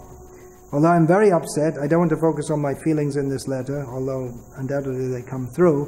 Rather, I would prefer to stick to the points in the book which I feel have brought me to this place. Please forgive me, I don't want to offend you, and I feel that you have not willfully meant to offend anyone, but nonetheless the book, worded as it is, has had that effect on me, and I suspect other Matajis also.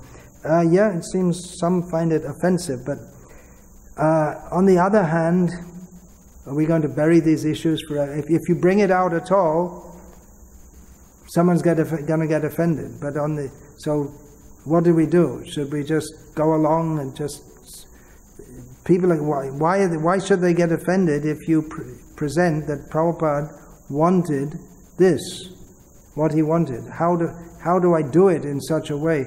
How is it possible to do it in such a way that people don't get offended? If someone can do it, well, all glories to them. But we do have, on the other hand, very aggressive preaching from the feminist party, like I say, coming to places in India and preaching the wrong thing against the culture, which so my aim is not to offend others, but she feels offended. It's a very heavy thing if you feel your guru's offensive. So she quotes from page 173, Women Giving Class and Leading Kirtan, quote from a letter written by Srila Prabhupada, 8th of February 1968. Materially, a woman may be less intelligent than a man, but spiritually everyone is pure soul. In the absolute plane there is no gradation of higher or lower. If a woman can lecture nicely and to the point, we should hear carefully. That is our philosophy. But if a man can speak better than a woman, the man should be given first preference. Then Srila Prabhupada states, but even though a woman may be less intelligent, a sincere soul should be given a proper chance to speak. And then she writes, so Srila Prabhupada is making it crystal clear here where he stands on this issue. And my comment on that is that crystal clear, you've understood it clearly, whereas so many others haven't. You know, for you take one quote of Prabhupada, and that's what I was accused of. What is it? Not having academic integrity. You just take a quote and you don't see all the other quotes. I have suggested how women should be given a proper chance to speak. They can do among themselves. They can have their own satsangs among women. And this letter was written in 1968. It's widely accepted among Srila Prabhupada's followers that Srila Prabhupada did go through various phases of introducing his movement. I mean, even there's a sannyasi who's on these issues completely opposite to me. We have discussed these issues in depth, and we agree. And it's also, I was trying to find it in one of the Satsarup books, but I couldn't find it. It's that Prabhupada, in the beginning, he was very open and free, and he engaged devotees on the just completely on the transcendental platform without much consideration of male or female roles. Although actually, from the beginning, the leaders, the temple leaders were men. When he made the GBC, he made men only. There is a record, as I note in the book, that at one time he thought of making Yamuna and Govinda Dasi together. They could have half a vote each. So two of them together could be GBCs. And then Yamuna said, I don't think that will work. And then Prabhupada dropped it. So he thought about it at some point. But then later Srila Prabhupada, he tightened up because he saw that devotees, Prabhupada was shocked, it seems, in the beginning. They take vows and then they don't follow them. They fall down. And he was quite shocked. How can his disciples, that you got Krishna consciousness, and then you vow, and then you just, men and women within the movement are having among themselves are having illicit sex. And so then Prabhupada, he did become, he changed course and he tightened up. And he spoke about the need for this more and more. So I'm not saying they shouldn't be given a proper chance to speak, but preferably, and this would be more so in India, although Prabhupada did have his female disciples speak publicly on occasion in India also. But like I say, that wasn't the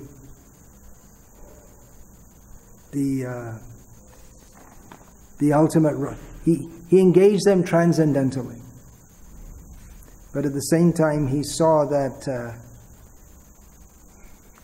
increasingly he became more strict about this, as he saw that there were so many fall downs.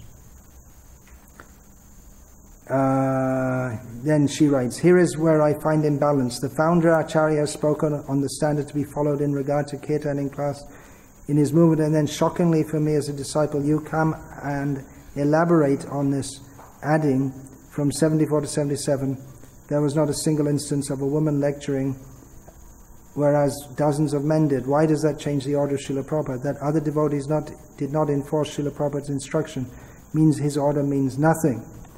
Well, Prabhupada must have seen this also.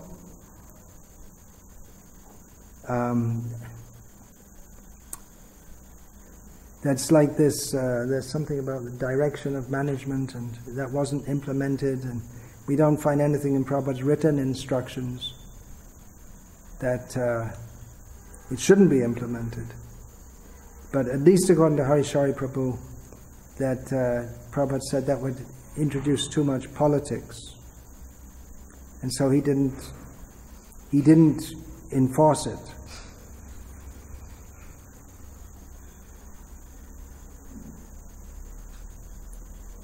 So, there may be, again, I'm not completely against all these things. In certain circumstances, women may preach also. There is a difference also. If someone's older, mature, Prabhupada, right, if a man can speak better than a woman, the man should be given first preference. It may be in some assembly that the woman is more mature devotee, and there are hardly any men who know how to speak. But especially young women, it doesn't look right at all that they're lecturing. And if there are senior men who can speak, then why should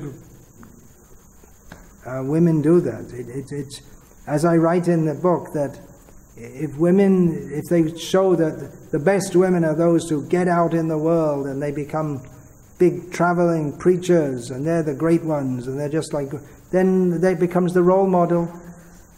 And then who's going to be the wife looking after the children? That's a major point of this book. That the major sufferers from independent, ambitious women, which I'm not saying the devotee who wrote this is, because I know she's not. But the main sufferers are the children. And even in the name of preaching, we see women, I have to preach, I have to make more devotees, bring more disciples to Guru Maharaj, I have to distribute more books, and the kids are at home with nothing to eat.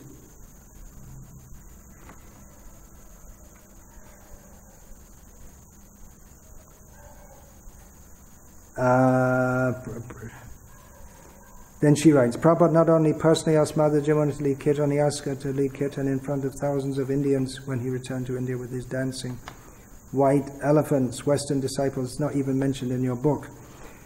That's true, there are many things which are not mentioned. It's not a whole history of every incident that ever happened. But I think it's a good... this comment is a good incentive to write a detailed essay on, if you want to get all the points. Not that anyone's going to change their mind by reading it, but so many different points. For instance, this one. Although I did make the point in the book that Prabhupada sometimes had his female disciples speak personally in his presence. Let's see if I can just find that.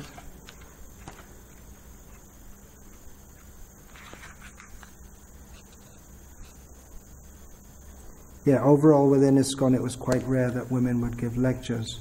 That was my experience also.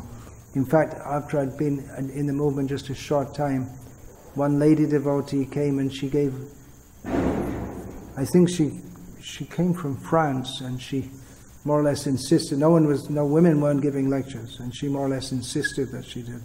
And she said something which completely upset all the devotees. Some quote from Prabhupada that all of his disciples are going to fall down. And the devotees were just really not very happy with that. And I didn't see women give lectures again. Of course, that's just what she said. It doesn't mean that every woman would say such strange things. Then you give the point that Bhakti Vinod Thakur said that women should preach to women. Yes, that is true, and he is undoubtedly a pure devotee who envisioned Lord Chaitanya's movement spreading all over the world. However, Srila Prabhupada once explained that when he came to the West, he introduced Krishna consciousness like old wine in new bottles. He prayed at Boston Pier to the Supreme Personality of Godhead Krishna for empowerment of speech. He prayed, "My dear Lord, I hardly know why you have brought me here. I am a puppet in your hands. If you like, you can make me dance." He prayed for me and you and thousands of others, stating how I will make them understand Krishna's message. How will I make them understand Krishna's message? I am unqualified, unworthy, and an insignificant beggar. If you like, you can make my words suitable for their hearing. The disciplic succession, although an unbroken chain of spiritual masters leading back to the Supreme Lord, each as qualified as the next, is also a succession. Each teacher appears in a certain order. That order was the will of the Supreme Lord. Prabhupada is our founder, Acharya, and as such he strictly told his disciples, "You should understand my spiritual master through me." And actually told one of his disciples, "Don't read the teachings of Bhaktisiddhanta Maharaj. You will not understand. Don't try to be like a monkey and jump over the head of your spiritual master." In other words, he also told devotees there is succession, and Prabhupada is our founder, Acharya. He has said in his movement, "Women can give class to me." That clearly shows what Bhakti Vinod Thakur said about women preaching only to women is not applicable in this instance. Well, that is a major misunderstanding of the principle of disciplic succession. It's Guru, Sadhu and Shastra. Prabhupada, he did write one letter about not, you didn't read my book, so why do you want to read other books? But then right in his preface to the introduction to Srimad Bhagavatam, he writes that devotees should read the commentaries, and he gives the names of so many commentators, including that of his own guru, should read the commentaries of other acharyas in order to better understand the matter. And so again, you see, so it seems contradictory. I'm being accused of being contradictory, but Prabhupada in one place says to one person, says, "Don't read," and in another place he says, "You should read." So how are we to understand this? It's something like the Ridvik philosophy, that we just accept Prabhupada and what he says, and we don't care what anyone else says. But Prabhupada himself says that he follows Guru, Sadhu and Shastra. This is a major misunderstanding. If we are going to implement Varnashram, the perfect system for human civilization as far as possible, we're going to have to look at how it was implemented previously. We're going to have to look what our previous acharyas said. So this is in other words, if we think that what Prabhupada gave to the hippies, that's the social model forever, without connection with tradition or Shastra, we're going to be in a mess. Women dancing a kirtan. Again, Indian standards are brought in. And again, it's another... What Indian? Indian means the culture that is based on the Vedic tradition. Why? Why is this? Because the whole Varnashram system, as I quote Prabhupada said, the Varnashram system is because material life is based pungsastriya mituni bhavametam tayoraho hridya grantyamahuhu ato griha kshetra sutapta vitayam janasya moho yamaham mameti. Material existence is based on attachment between male and female. The whole Vedic culture is meant to minimize that, and so that we can prosecute spiritual life. I quote Srila Prabhupada in this book as saying that. So the Vedic culture, the remnants of which are going on today in India, Indian culture, Hindu culture, whatever you want to call it, it's not just something Indian, that we're Western and those are Indians. And, you appreciate that his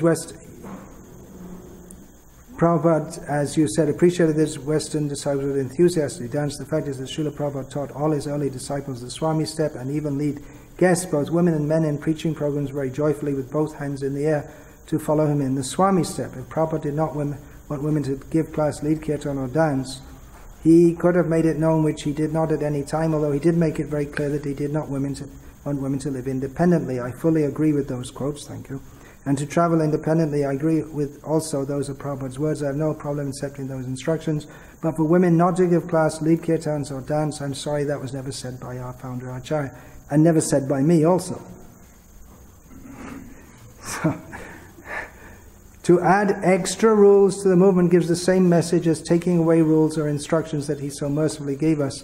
He said in his final days that he has given us everything, and who could have given us more? Again, it's misunderstanding. Prabhupada said, I've given you all that you need to become fully Krishna conscious. Okay? But as far as but he said also that 50% of my work is not to be done. So he gave us the full process, the full philosophy for Krishna consciousness, and he wanted to give that varnashram. So, and varnashram society means there are many rules to follow. So it will be different, and it's not going to be for everyone. It's not that I'm saying that everyone has to immediately change their whole social culture immediately. I'm not saying that. So. Sorry if I give the idea. Maybe I should make that more clear in another edition. Another doubt that has arisen in this book: why do you refer to menstruation? Why are devotees approaching a sannyasi in regard to the physical function of the female body? Don't they have any senior women to ask these questions to? Well, as I write in this book, it's very strange that a sannyasi is asked about this, but actually I am often asked about this, usually not by women, usually by men, husbands and whatever, because we have within India now devotees going around and preaching that women should come to the temple during their menstruation period. And so I'm asked about this, I guess because I'm considered somewhat of an authority on Vedic culture within our movement, because I've been studying it for many years with an idea to implement this. And actually, if you're upset by this book, you're really going to get upset when I bring out my book on Vaishnava culture and behavior, because there's so many rules. There's so many things. Just like your son was sitting on the seat above us this morning. I told him, take him down, you should teach him. How old is he? 4 years old? So you should teach him. He shouldn't sit above elders. You have to teach. So if I said that to some, they might just get annoyed. But there's so many things. In America, earlier this year, I said to it, I was sitting on the floor and there was a disciple sitting above me, young brahmachari. I told him, I was thinking whether should I tell him or not, because he might file a legal case against me or something. But I told him that it's not proper. So there are so many rules like that, which are part of Vedic culture. And Prabhupada, for instance, sometimes I first learned that you're not supposed to give or receive things with your right hand. I remember I was sitting in an Ayurvedic doctor's shop there was the doctor who treated Prabhupada, Dr. Damodar Shastri, Damodar Prasad or something like this, in Kalaka Street in Bora Bazaar. I was sitting there with Jayapataka Maharaj, and I gave him something, and he corrected me. He said, you have to give it with the right hand. So I didn't know that before. And you'll find in Prabhupada's teachings that he says these things time to time. Right hand. But he didn't introduce it all at once, obviously. Devotees, they just to get up in the morning and chant Hare Krishna and follow 4 regs, that's about as much as people can take. But if we are to establish civilized behavior for human beings, then as Prabhupada writes, the Manu Samhita is the standard book for directing human society. So that will also require to be seen what we can take from that, what we can't take from that. We're definitely going to have to introduce various rules for social order.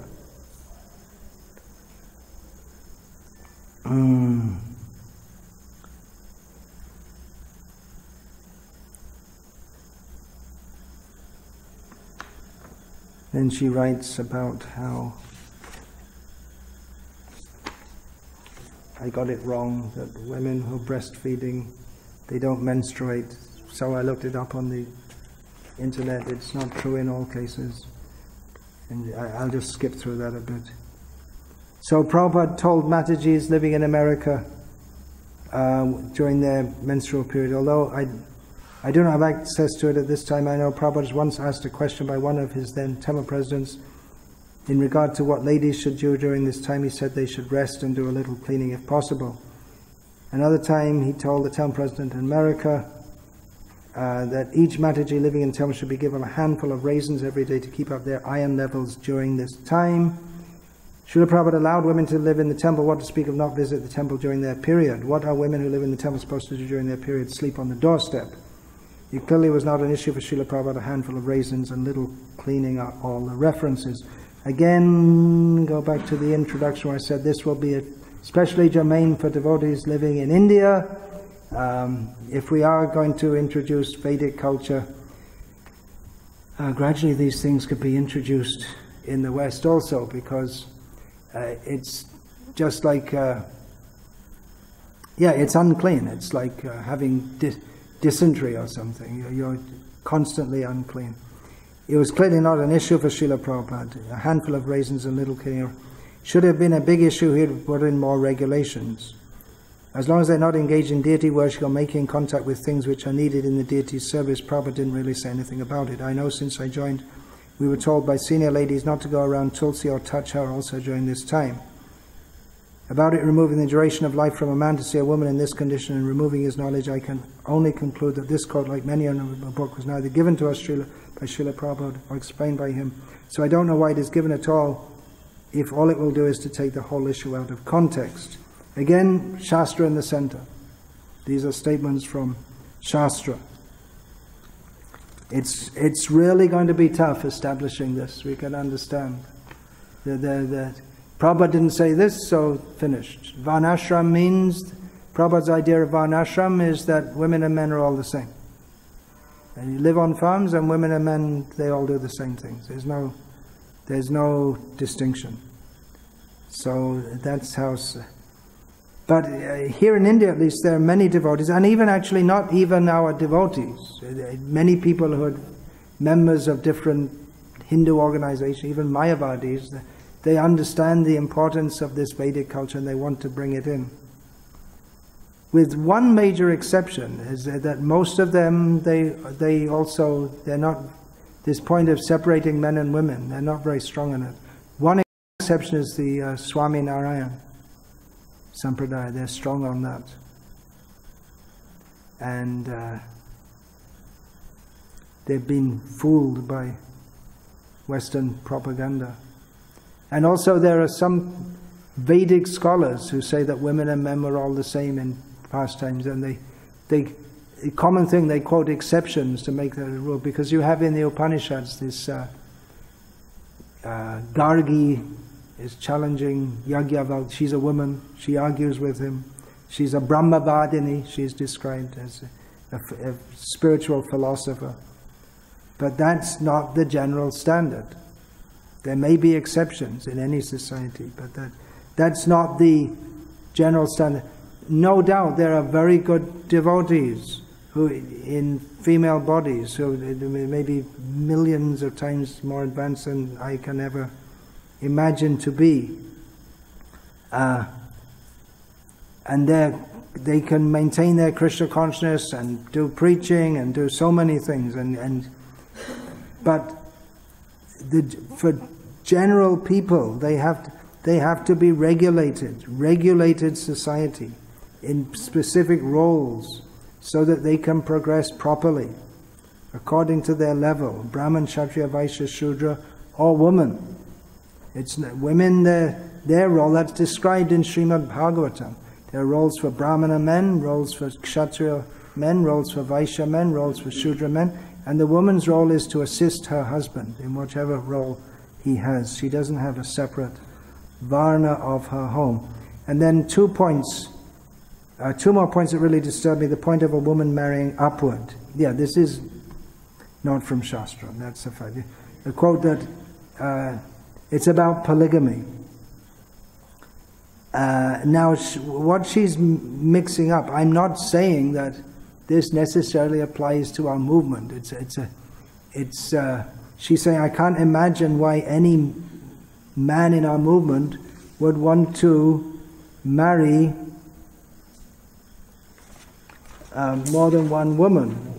Well, one reason, which she might not have thought about, it might not be just for lust, but to give protection. That's what Prabhupada said, that men are allowed to have more than one woman because generally there are more women in society and they require a husband. So for that reason they may do so also. It's going to be a difficult one to promote. But there are cultures in the world up to the present day where, in Africa, there are some cultures where the women, they want that their husband should marry. If he has enough income, he should marry more than one wife. She likes it. And why is he being so mean? He doesn't want to spend more money. They like the idea that they can live together as sisters and share the work, and they think it's prestigious because my husband's more rich. He can marry more than one wife. So there are different approaches.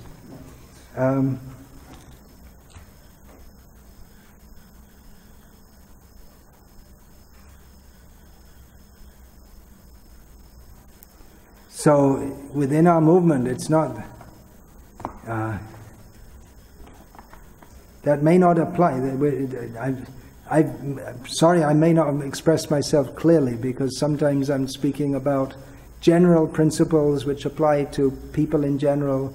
Sometimes I'm speaking about devotees. Maybe I didn't make myself clear. Why would it be presumed then we would accept money contributions for what would be nothing less than prostitution? Well, there is a difference, but a woman who wants to marry a rich man, and generally women would like to marry a rich man, it's a very different thing to prostitution. To be married and to enter that sacred contract, it's a very different. If you say, well, they're just marrying to just marry for the money. No, you don't just marry for the money, but it is a factor. That's a factor in arranging marriages traditionally in India. You have to see if the man can support the family, and if he can support the family well so that the wife can live comfortably, should be more happy with that. That's a general material tendency. And it's probably among our devotees also, unless they're very highly advanced spiritualists, which some of them may be.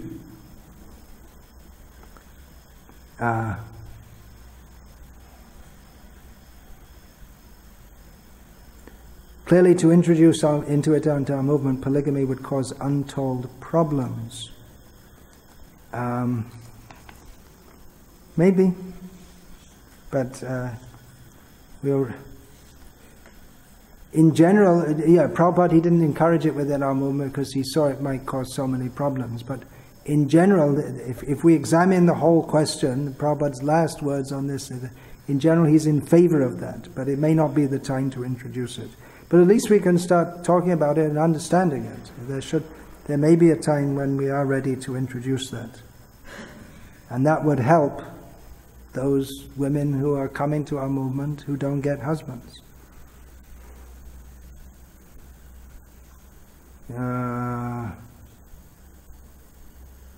And then she goes on to the point that there's the shortage of qualified men. So women are not supposed to be independent.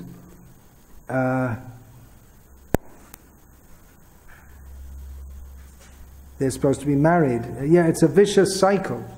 Because what happens, they promote that women should be big, and I'm talking about the secular society in which, especially in the West, in which people are raised, they promote women should be independent and do what they like, and they shouldn't be submissive to their husband, and so on and so on. And then the men don't want to be responsible for such women. And so, as Prabhupada he often quoted, he was Marshall's economic theory, that a man will work hard if he has a wife, if he's responsible for the wife and child. But the man comes home and the first thing the wife screams and yells at him. And again, I'm not saying that this lady who's writing I'm not saying about her. I know she doesn't do that. She's a very good wife and a very good devotee. But I'm saying in general, it's a vicious cycle. The women don't want to take the womanly role, and then the husband doesn't want to protect them, and he has no motivation to work hard. He can get money from the government. The woman can get money from the government. And it's a social disaster. You have so many young men in the Western world now who they don't want to marry because they think it's such a bad deal. Why should you marry? Why should you have any relationship with women? Because the laws are set up in such a way that that it always favors the female. And that's there in India too. So people, increasingly men don't want to marry because it's too much of a liability for them. Legally, and also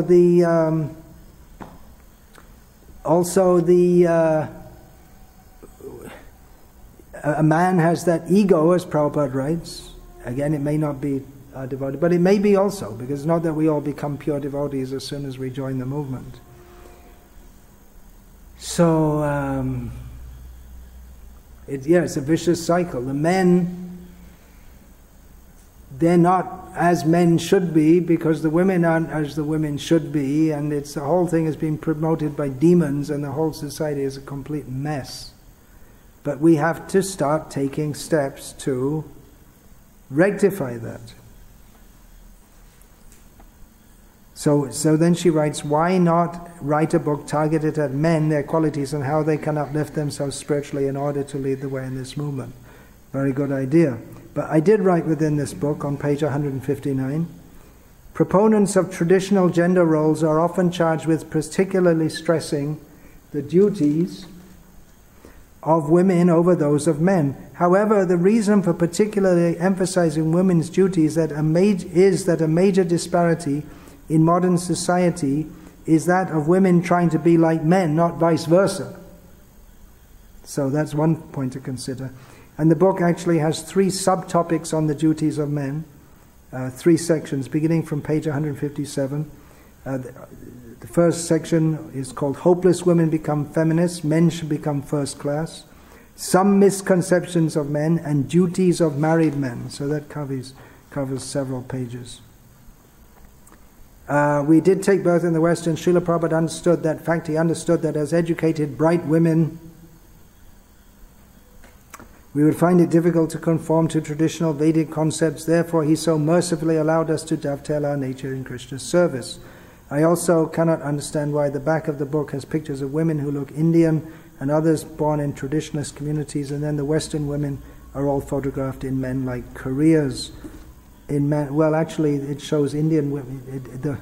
There are Indian and non-Indian women in both sections, so that was a misunderstanding on her point. This does not reflect the true picture of most women in this country. Anyway, 99% of women are employed in the care industry. I don't know where she's getting the facts from. There's whatever country, there's no 99% that women are in. I guess she means by that health care. But are there not women policemen, women in business, women in secretaries, women as what do they call in the shops, the tellers, cashiers? She's very convinced of herself, but she's definitely got some, 99%. Sorry, it's just wrong. There are careers such as nursing in the childcare industry, for example. There are jobs in Kali Yuga which cannot be filled by a man. For example, when a child has been molested or raped, a female policewoman interviews alongside a male witness to give the child self-assurance. Women are also employed more as counselors for this reason also.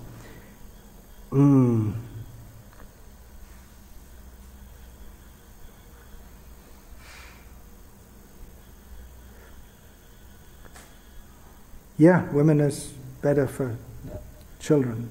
Agreed. Recently in China, after the earthquake, one policewoman hit the headlines. She is now known as China's mother.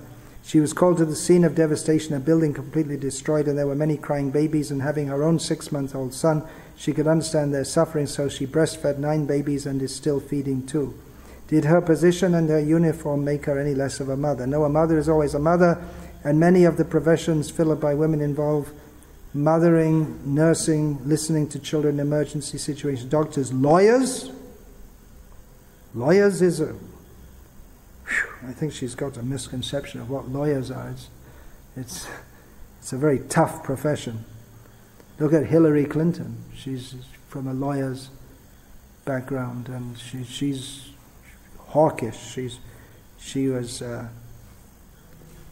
bombing Libya and so on. And social workers who are in charge of children taken from abusive homes and responsible of placing them into loving homes. Why are they not represented in your book or on the back cover? Not one photo of a nurse or a child care worker. Okay, all right. I'll give you a point on that. It's like, really, there's got to be something wrong with it. She says a mother is always a mother. What about those millions of abortions going on all over the world? For instance, this is an idealized view of women, that they're all very saintly and motherly. Hence my judgment that it's unbalanced.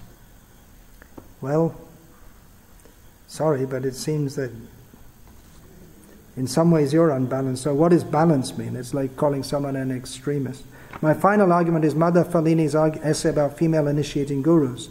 In Prabhupada's movement, firstly, she is accepting the role of guru herself by writing against the proposal.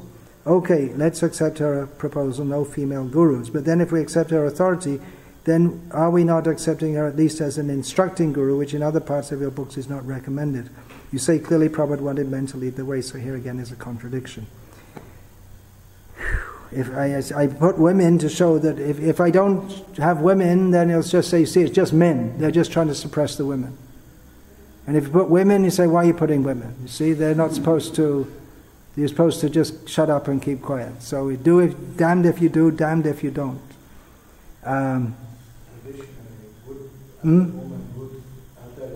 Elderly women would teach younger women, yeah, traditionally. That's the culture.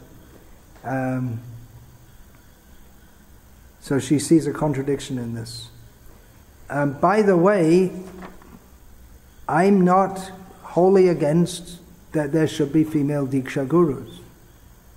But I'm just saying that at the present time, it's not the need of the hour. That it's with the present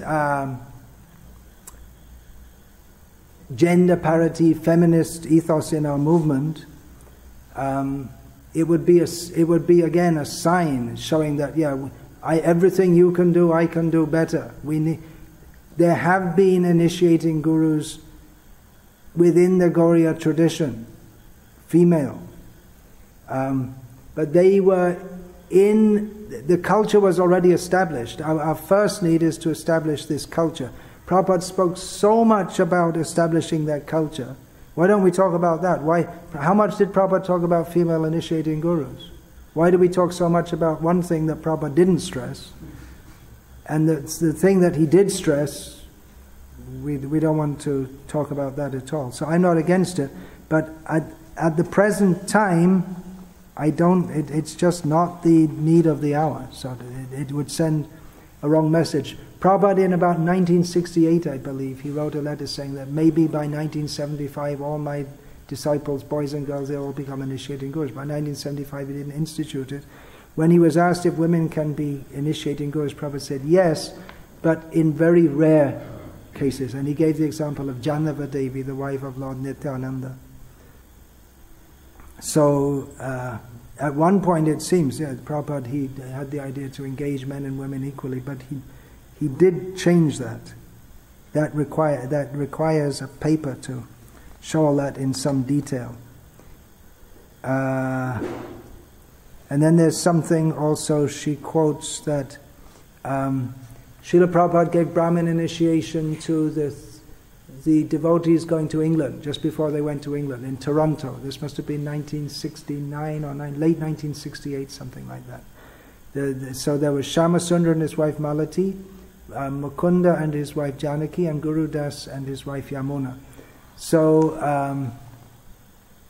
Yamuna said, this is written in Rancha's book about this, she's quoted this lady who wrote me this letter, quoted this from Rancha Prabhu's book, a very nice book. It's called When the Sun Shines. It's about Srila Prabhupada and his followers in England, in Britain. And it's based on a quote from Prabhupada said that England is very nice when the sun shines, which it doesn't do very much. He also said London is hell, when one of his disciples, Krishna Vesha, she asked Prabhupada, Prabhupada is lecturing in London, Prabhupada, does Krishna speak is the Bhagavad Gita spoken in hell? Strange question. Prabhupada replied that, I'm speaking Bhagavad Gita, I'm in London, is it not? Is it not hell? So anyway, it's a very nice book. So he quotes that, he writes about the devotees coming to England, and he said that he placed threads on the shoulders of the males, and he gave threads to the females in their hands. So I wrote to Rancha Prabhu, he's my old friend from way back, one of those great devotees with so much to offer. I'd written many books. And he said, well, I interviewed Yamuna, and this is what she told me. And she asked me to destroy all the tapes and everything, and she didn't write it in her book. He wrote that because I guess she didn't want to be controversial. Then I looked it up in Guru Das Prabhu's book. He also gave some memory, and he wrote the same thing. So Prabhupada did it at once. So she's citing this as a case that Prabhupada did give threads to women, because Mother Falini gives the argument that the woman to give initiation has to give the Brahmin thread, and you have to place it on the man's body. She can't do that if she's a woman. But because women don't have a thread, they can't give a thread. And so this lady disciple of mine says that, well, Prabhupada did it one time. Okay, it appears he gave in the hand one time. But that doesn't change the rule, the whole tradition. Taking an exception and making it as a rule, it's very poor interpretive tools. I'm just saying this as these are standard methods of interpretation. I have studied the subject in some depth, having been on the Hermeneutics and Epistemology Committee of the GBC, which was formed to discuss how do we understand Prabhupada's teachings, because there are different ways of interpreting. Can we? And we discussed for several years, quite politely. It did get a bit heated at some point. It was very interesting discussions. We didn't come to any final agreement. So it's not so easy. But anyway, anyone, either according to Vedic tradition, which is the Mimamsa, is the Vedic tradition of Shastric interpretation, nor according to Western tradition of epistemology and hermeneutics. If you don't know the words, you can look them up. They're important words if we're going to discuss such matters. You can't take one exception and make it the rule, notwithstanding the English saying that the exception proves the rule.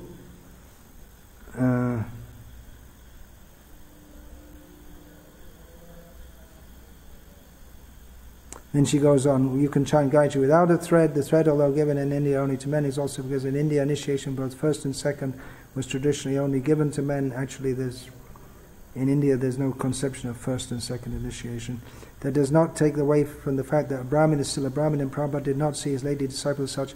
Why did he allow them to worship temple deities? In fact, it was Yamuna who dressed deities for installations. A lot of misunderstanding about this, on what it means to be a Brahmin within our society today. As Prabhupada said in that first initiation he gave to women, actually they don't need, if their husband's a Brahmin, they automatically gain that status. Women are also allowed to worship deities according to the Hari Bhakti Vilas, although generally not in temples. So if you lose your japa, I guess by that she means japa mala. You don't lose your initiation as long as you follow. The mala is material, so is the concept of not having a thread, even if we believe Prabhupada never gave them, which clearly is not the case here. It doesn't make you unqualified to hand one to the opposite sex. The qualification is not material, it's spiritual, and the qualification of being guru is just to repeat clearly what our previous acharya said, in our case Srila Prabhupada has stated. But you're not just simply quoting Prabhupada, you have so much interpretation. So he said, you just state what Prabhupada said, but she has all this long explanation of how Prabhupada gave the thread once, and so this, and that. So it's a bit strained. Yeah, I'm quoting from that first initiation. This is Jadurani, her memories. Is it Jadurani or Govindasi? No, it is Jadurani. Most of his lecture that night was about how all women should be married. And I've already said. Prabhupada pointed to a painting that I had done as Jadurani, which was on the wall to his left of Sita, Ram, Hanuman and Lakshman. And he said, you see, Ram has a thread, but Sita doesn't. Still we say Sita Ram. She is the energy. She is first. Sita Ram. We know so much about Krishna and we hardly know anything about Radharani, but still we say Radha Krishna. Prabhupada was telling us that you're not going to get a thread, but it doesn't matter. Don't become implicated. Just remain pure and get yourselves married. That was the thrust of his lecture.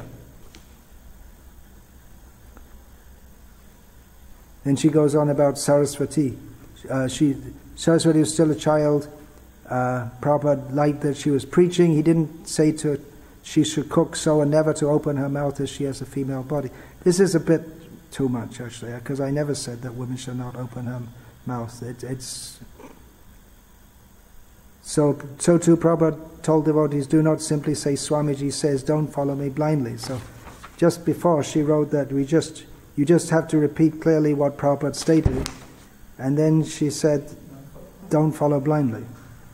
So what am I to do if I'm to follow you?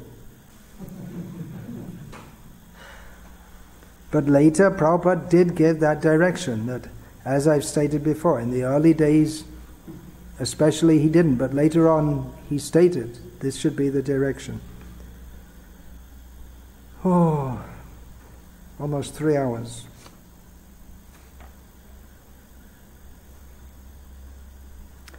So I'm upset at the moment, and I bring all these matters to your attention, and I hope and pray you'll take this letter as it is written, not as a personal criticism to you or to a traditional approach to Krishna consciousness, but as a very concerned, bewildered, loving daughter who threw herself at your feet more than 20 years ago and prays by your mercy to always remain there, understanding you not as a law unto yourself, but as a transparent medium to the mercy of Srila Prabhupada and Krishna consciousness, as only he could have given it.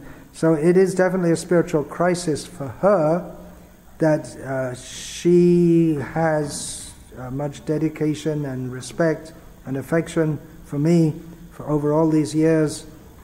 I encouraged her in the beginning to join the temple in the West, because if they don't join the temple it's very difficult for them to get any training. She did many, many years of very good service in various temples, distributing books, doing all kinds of services. She is a very good mother, very good wife, very good devotee, but she perceives that I'm not transparently representing Prabhupada and I'm blocking his mercy by giving these ideas. Whereas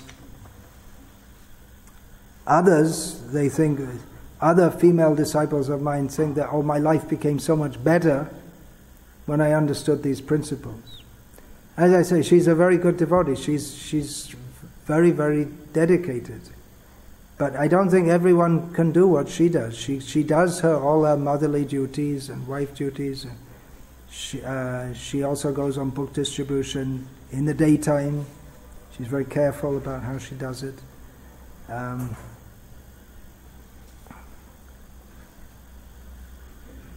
And I also, I do encourage women devotees who have that inclination. Yes, I don't discourage them. Yes, you can go for book distribution, but don't neglect your family duties.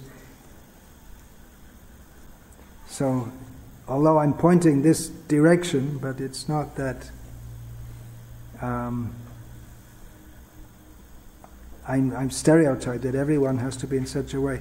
And at least it should be a point of discussion in our movement. What is the direction? Okay, we may not be, as Prabhupada says, you can't change a society's social customs overnight. But we want to change it. Prabhupada spoke about a cultural revolution. He said the nasty Western culture. He wanted to introduce the Vedic culture, which is better for spiritual advancement. It is hierarchical. It makes a distinction, higher, lower, different roles. It's going to be very difficult to people who are brought up in their culture. They're absolutely against this. They think that everyone's equal in all respects. And then in another letter she wrote how women and children have been very badly mistreated in our movement. That's true, not all of them, but many of them have been, and many men have also been mistreated. We did go through a very bad period. And so they may be very upset by seeing this cover of the book. It may be. But one thing is, it has called attention to the book. So, at the risk of making offense, I want to bring these issues out. These are very important issues, which are not getting the kind of discussion that they deserve. I also feel very upset at the way the movement has been taken on a completely different course with this, first of all, abandoning Varnashram, and in so many ways, there are so many compromises. I'm very much affected by this, as probably all of you know. That I feel like a stranger in the movement that I was saved by. I can't say I gave my life to. I mean, I did in one sense, but I was saved by this movement.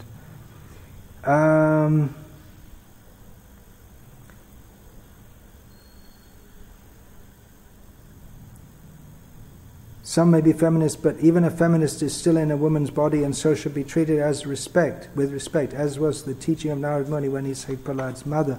Interestingly, before she wrote this to me, I wrote to someone else who had been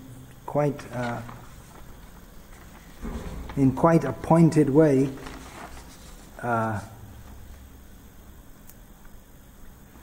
attacking the position and even the persons of some of the women in our movement. So I wrote to him, however misguided and misguiding some of the ladies might be, it would be well for us to remember that Rama still respected Kaikeyi even after her ill treatment of him. Of course, Rama also killed some female demons. But we are not dealing with demons, but with persons who are dear to Srila Prabhupada. I am not at all advocating that we decrease our ideological struggle, but that we maintain an attitude something like that of Arjuna, who fully honored Bhishma and Drona, even as he fully strived to kill them, ultimately by expediency in both cases, by tricks, you could say. It is always a risk to criticize Vaishnavas. Sometimes, for the sake of attempted rectification, it might be necessary, but we have to be careful. So, my apologies. There's some offense may be there. I don't deny it, but my aim is not to be offensive, but to point out that you shouldn't be offended by this. If you're offended by this, then there's something wrong with that. So then I to this lady disciple, I said, well, you should listen. There's 150 lectures come with the book also. Listen to them, maybe you'll get a better understanding. And so she wrote back to me, so are you saying that the book cannot be understood if you don't listen to the disc then? So if anyone asks me which so far nobody has. Will I tell them that? You can't understand the book unless you listen to the lectures. Well, many have understood without listening to the lectures, but it gets a bit much. It gets a bit much. It's getting to be...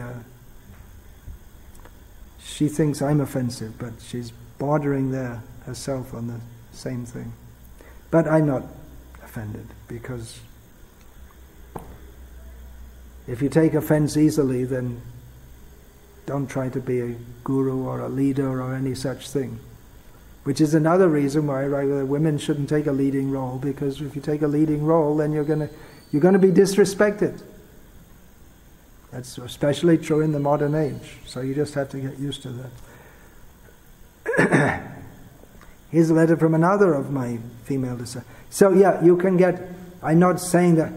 In her case, I'm saying you better listen to all of this, because then, by hearing and in detail, you might gradually get the idea. But others get it just by... Even without reading the book, many have understood the points. And just by... So it's not for every... Anyway, people are not going to listen. Mostly they're not going to listen unless they're inclined to. Anyway, I held that meeting in Vrindavan to discuss this book outside the temple present premises. And I asked those who were objecting, please come, give your objections. None of them came. It was only people coming who were already on our side, if you want to put it that way. So it was just a rehash of the same points. And there was some... devotee said, well, this is Vrindavan, this is the place of Radharani and Krishna's Leela. I said, yeah, it's also the place where Prabhupada spoke about Varnashram. So, I said, you speak about those things. And we'll speak about the things that people need to hear now, and then when they get to that level, we'll send them to you.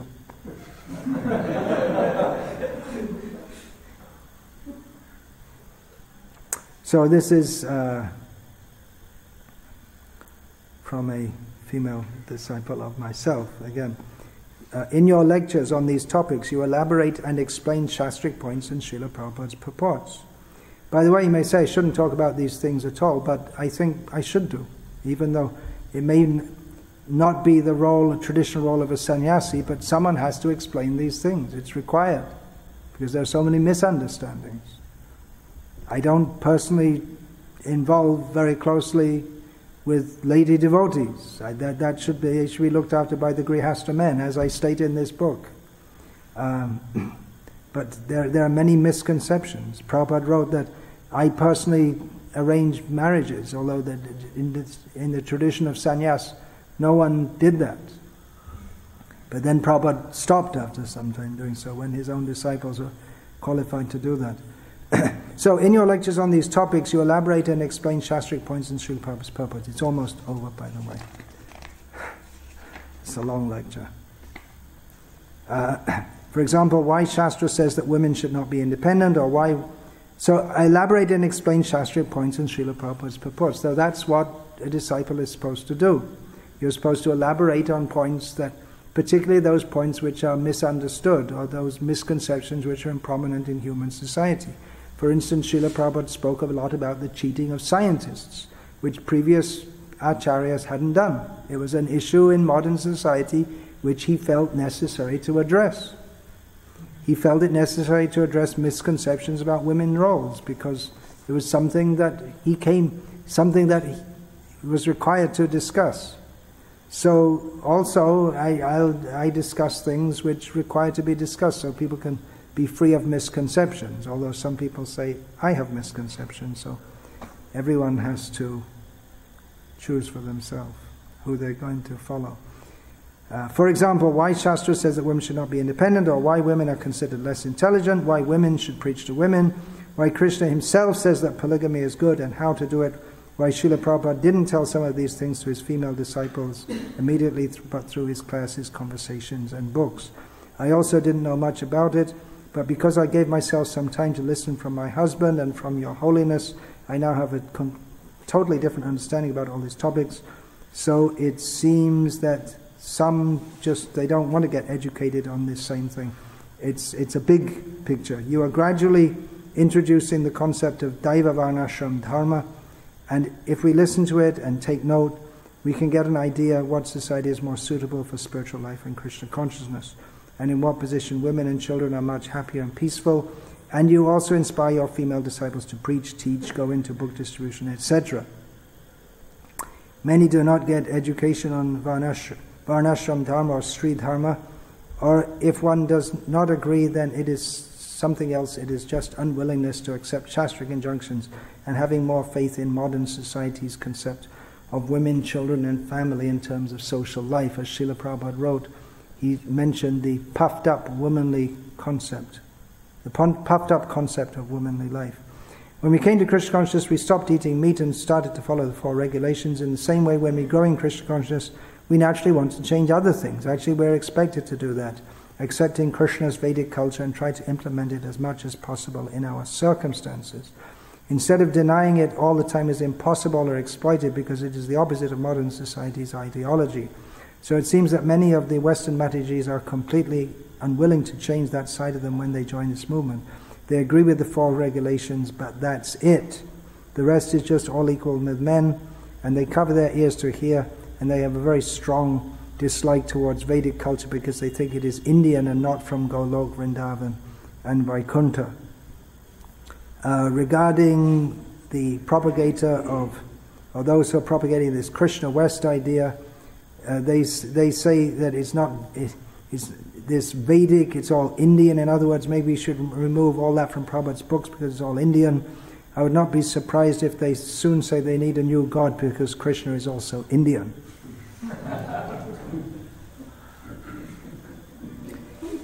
But she's right, the influence of this Krishna West, and not reading and hearing from Prabhupada on these topics, and which you also mentioned in your lectures, they start to believe that all the standards we follow are Indian, including the position of women and children, and they say, I don't want to be Indian.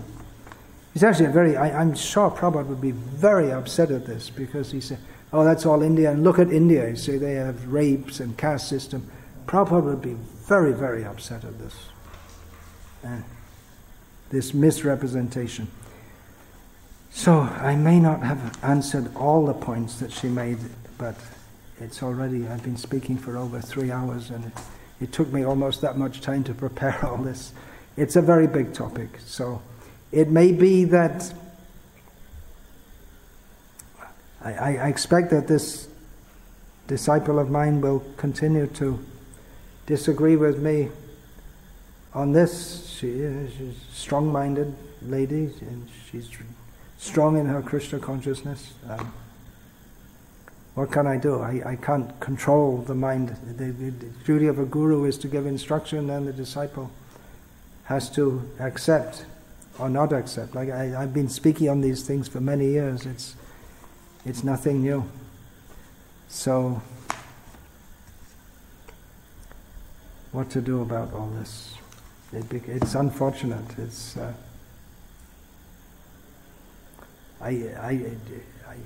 she might say, yes, I'll just follow, but everyone has their own mind. But we should try to understand what is the message. Well, she's also saying the same thing, that I don't understand what Prabhupada actually wanted to say.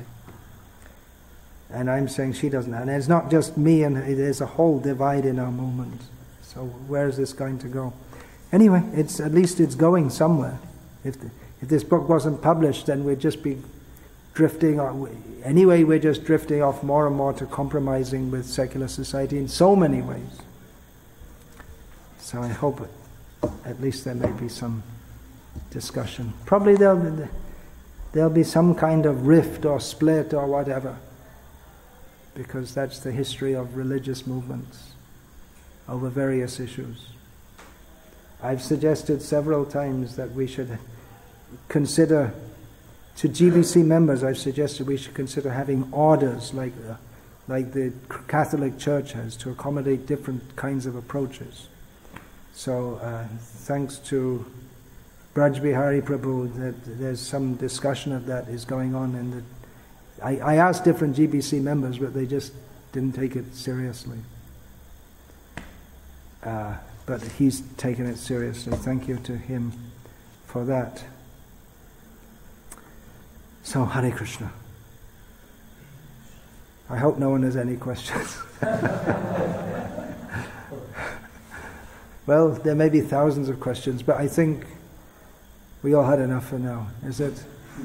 Anyone? Questions? Questions, comments, protests? No rotten tomatoes, please.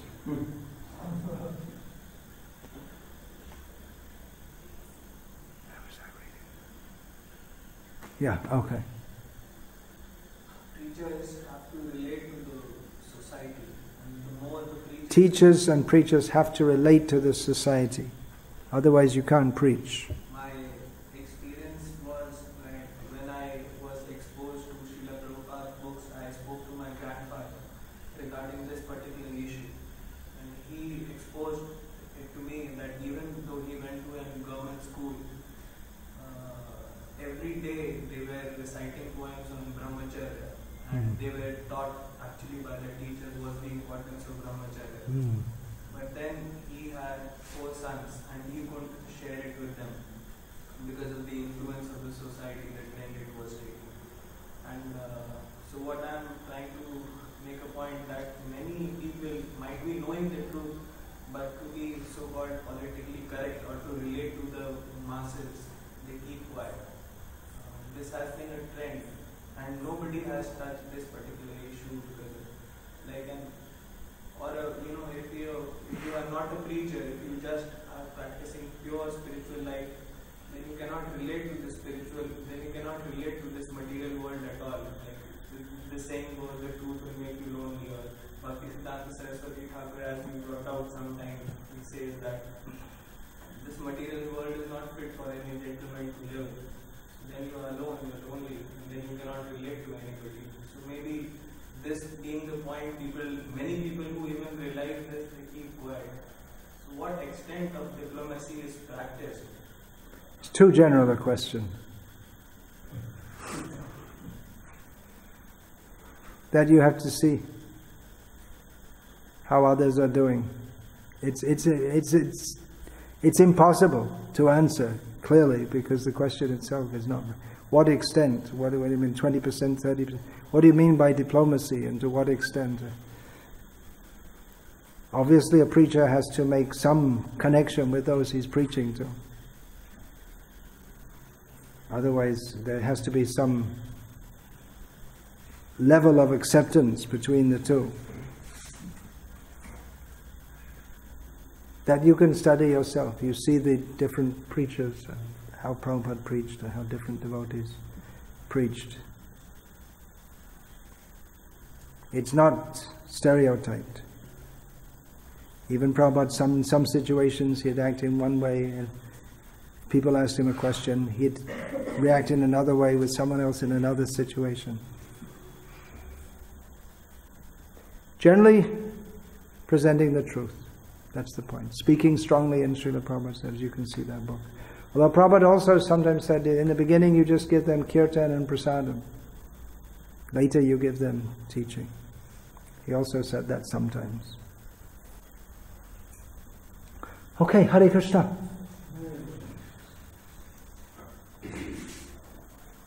Thank you for your patience.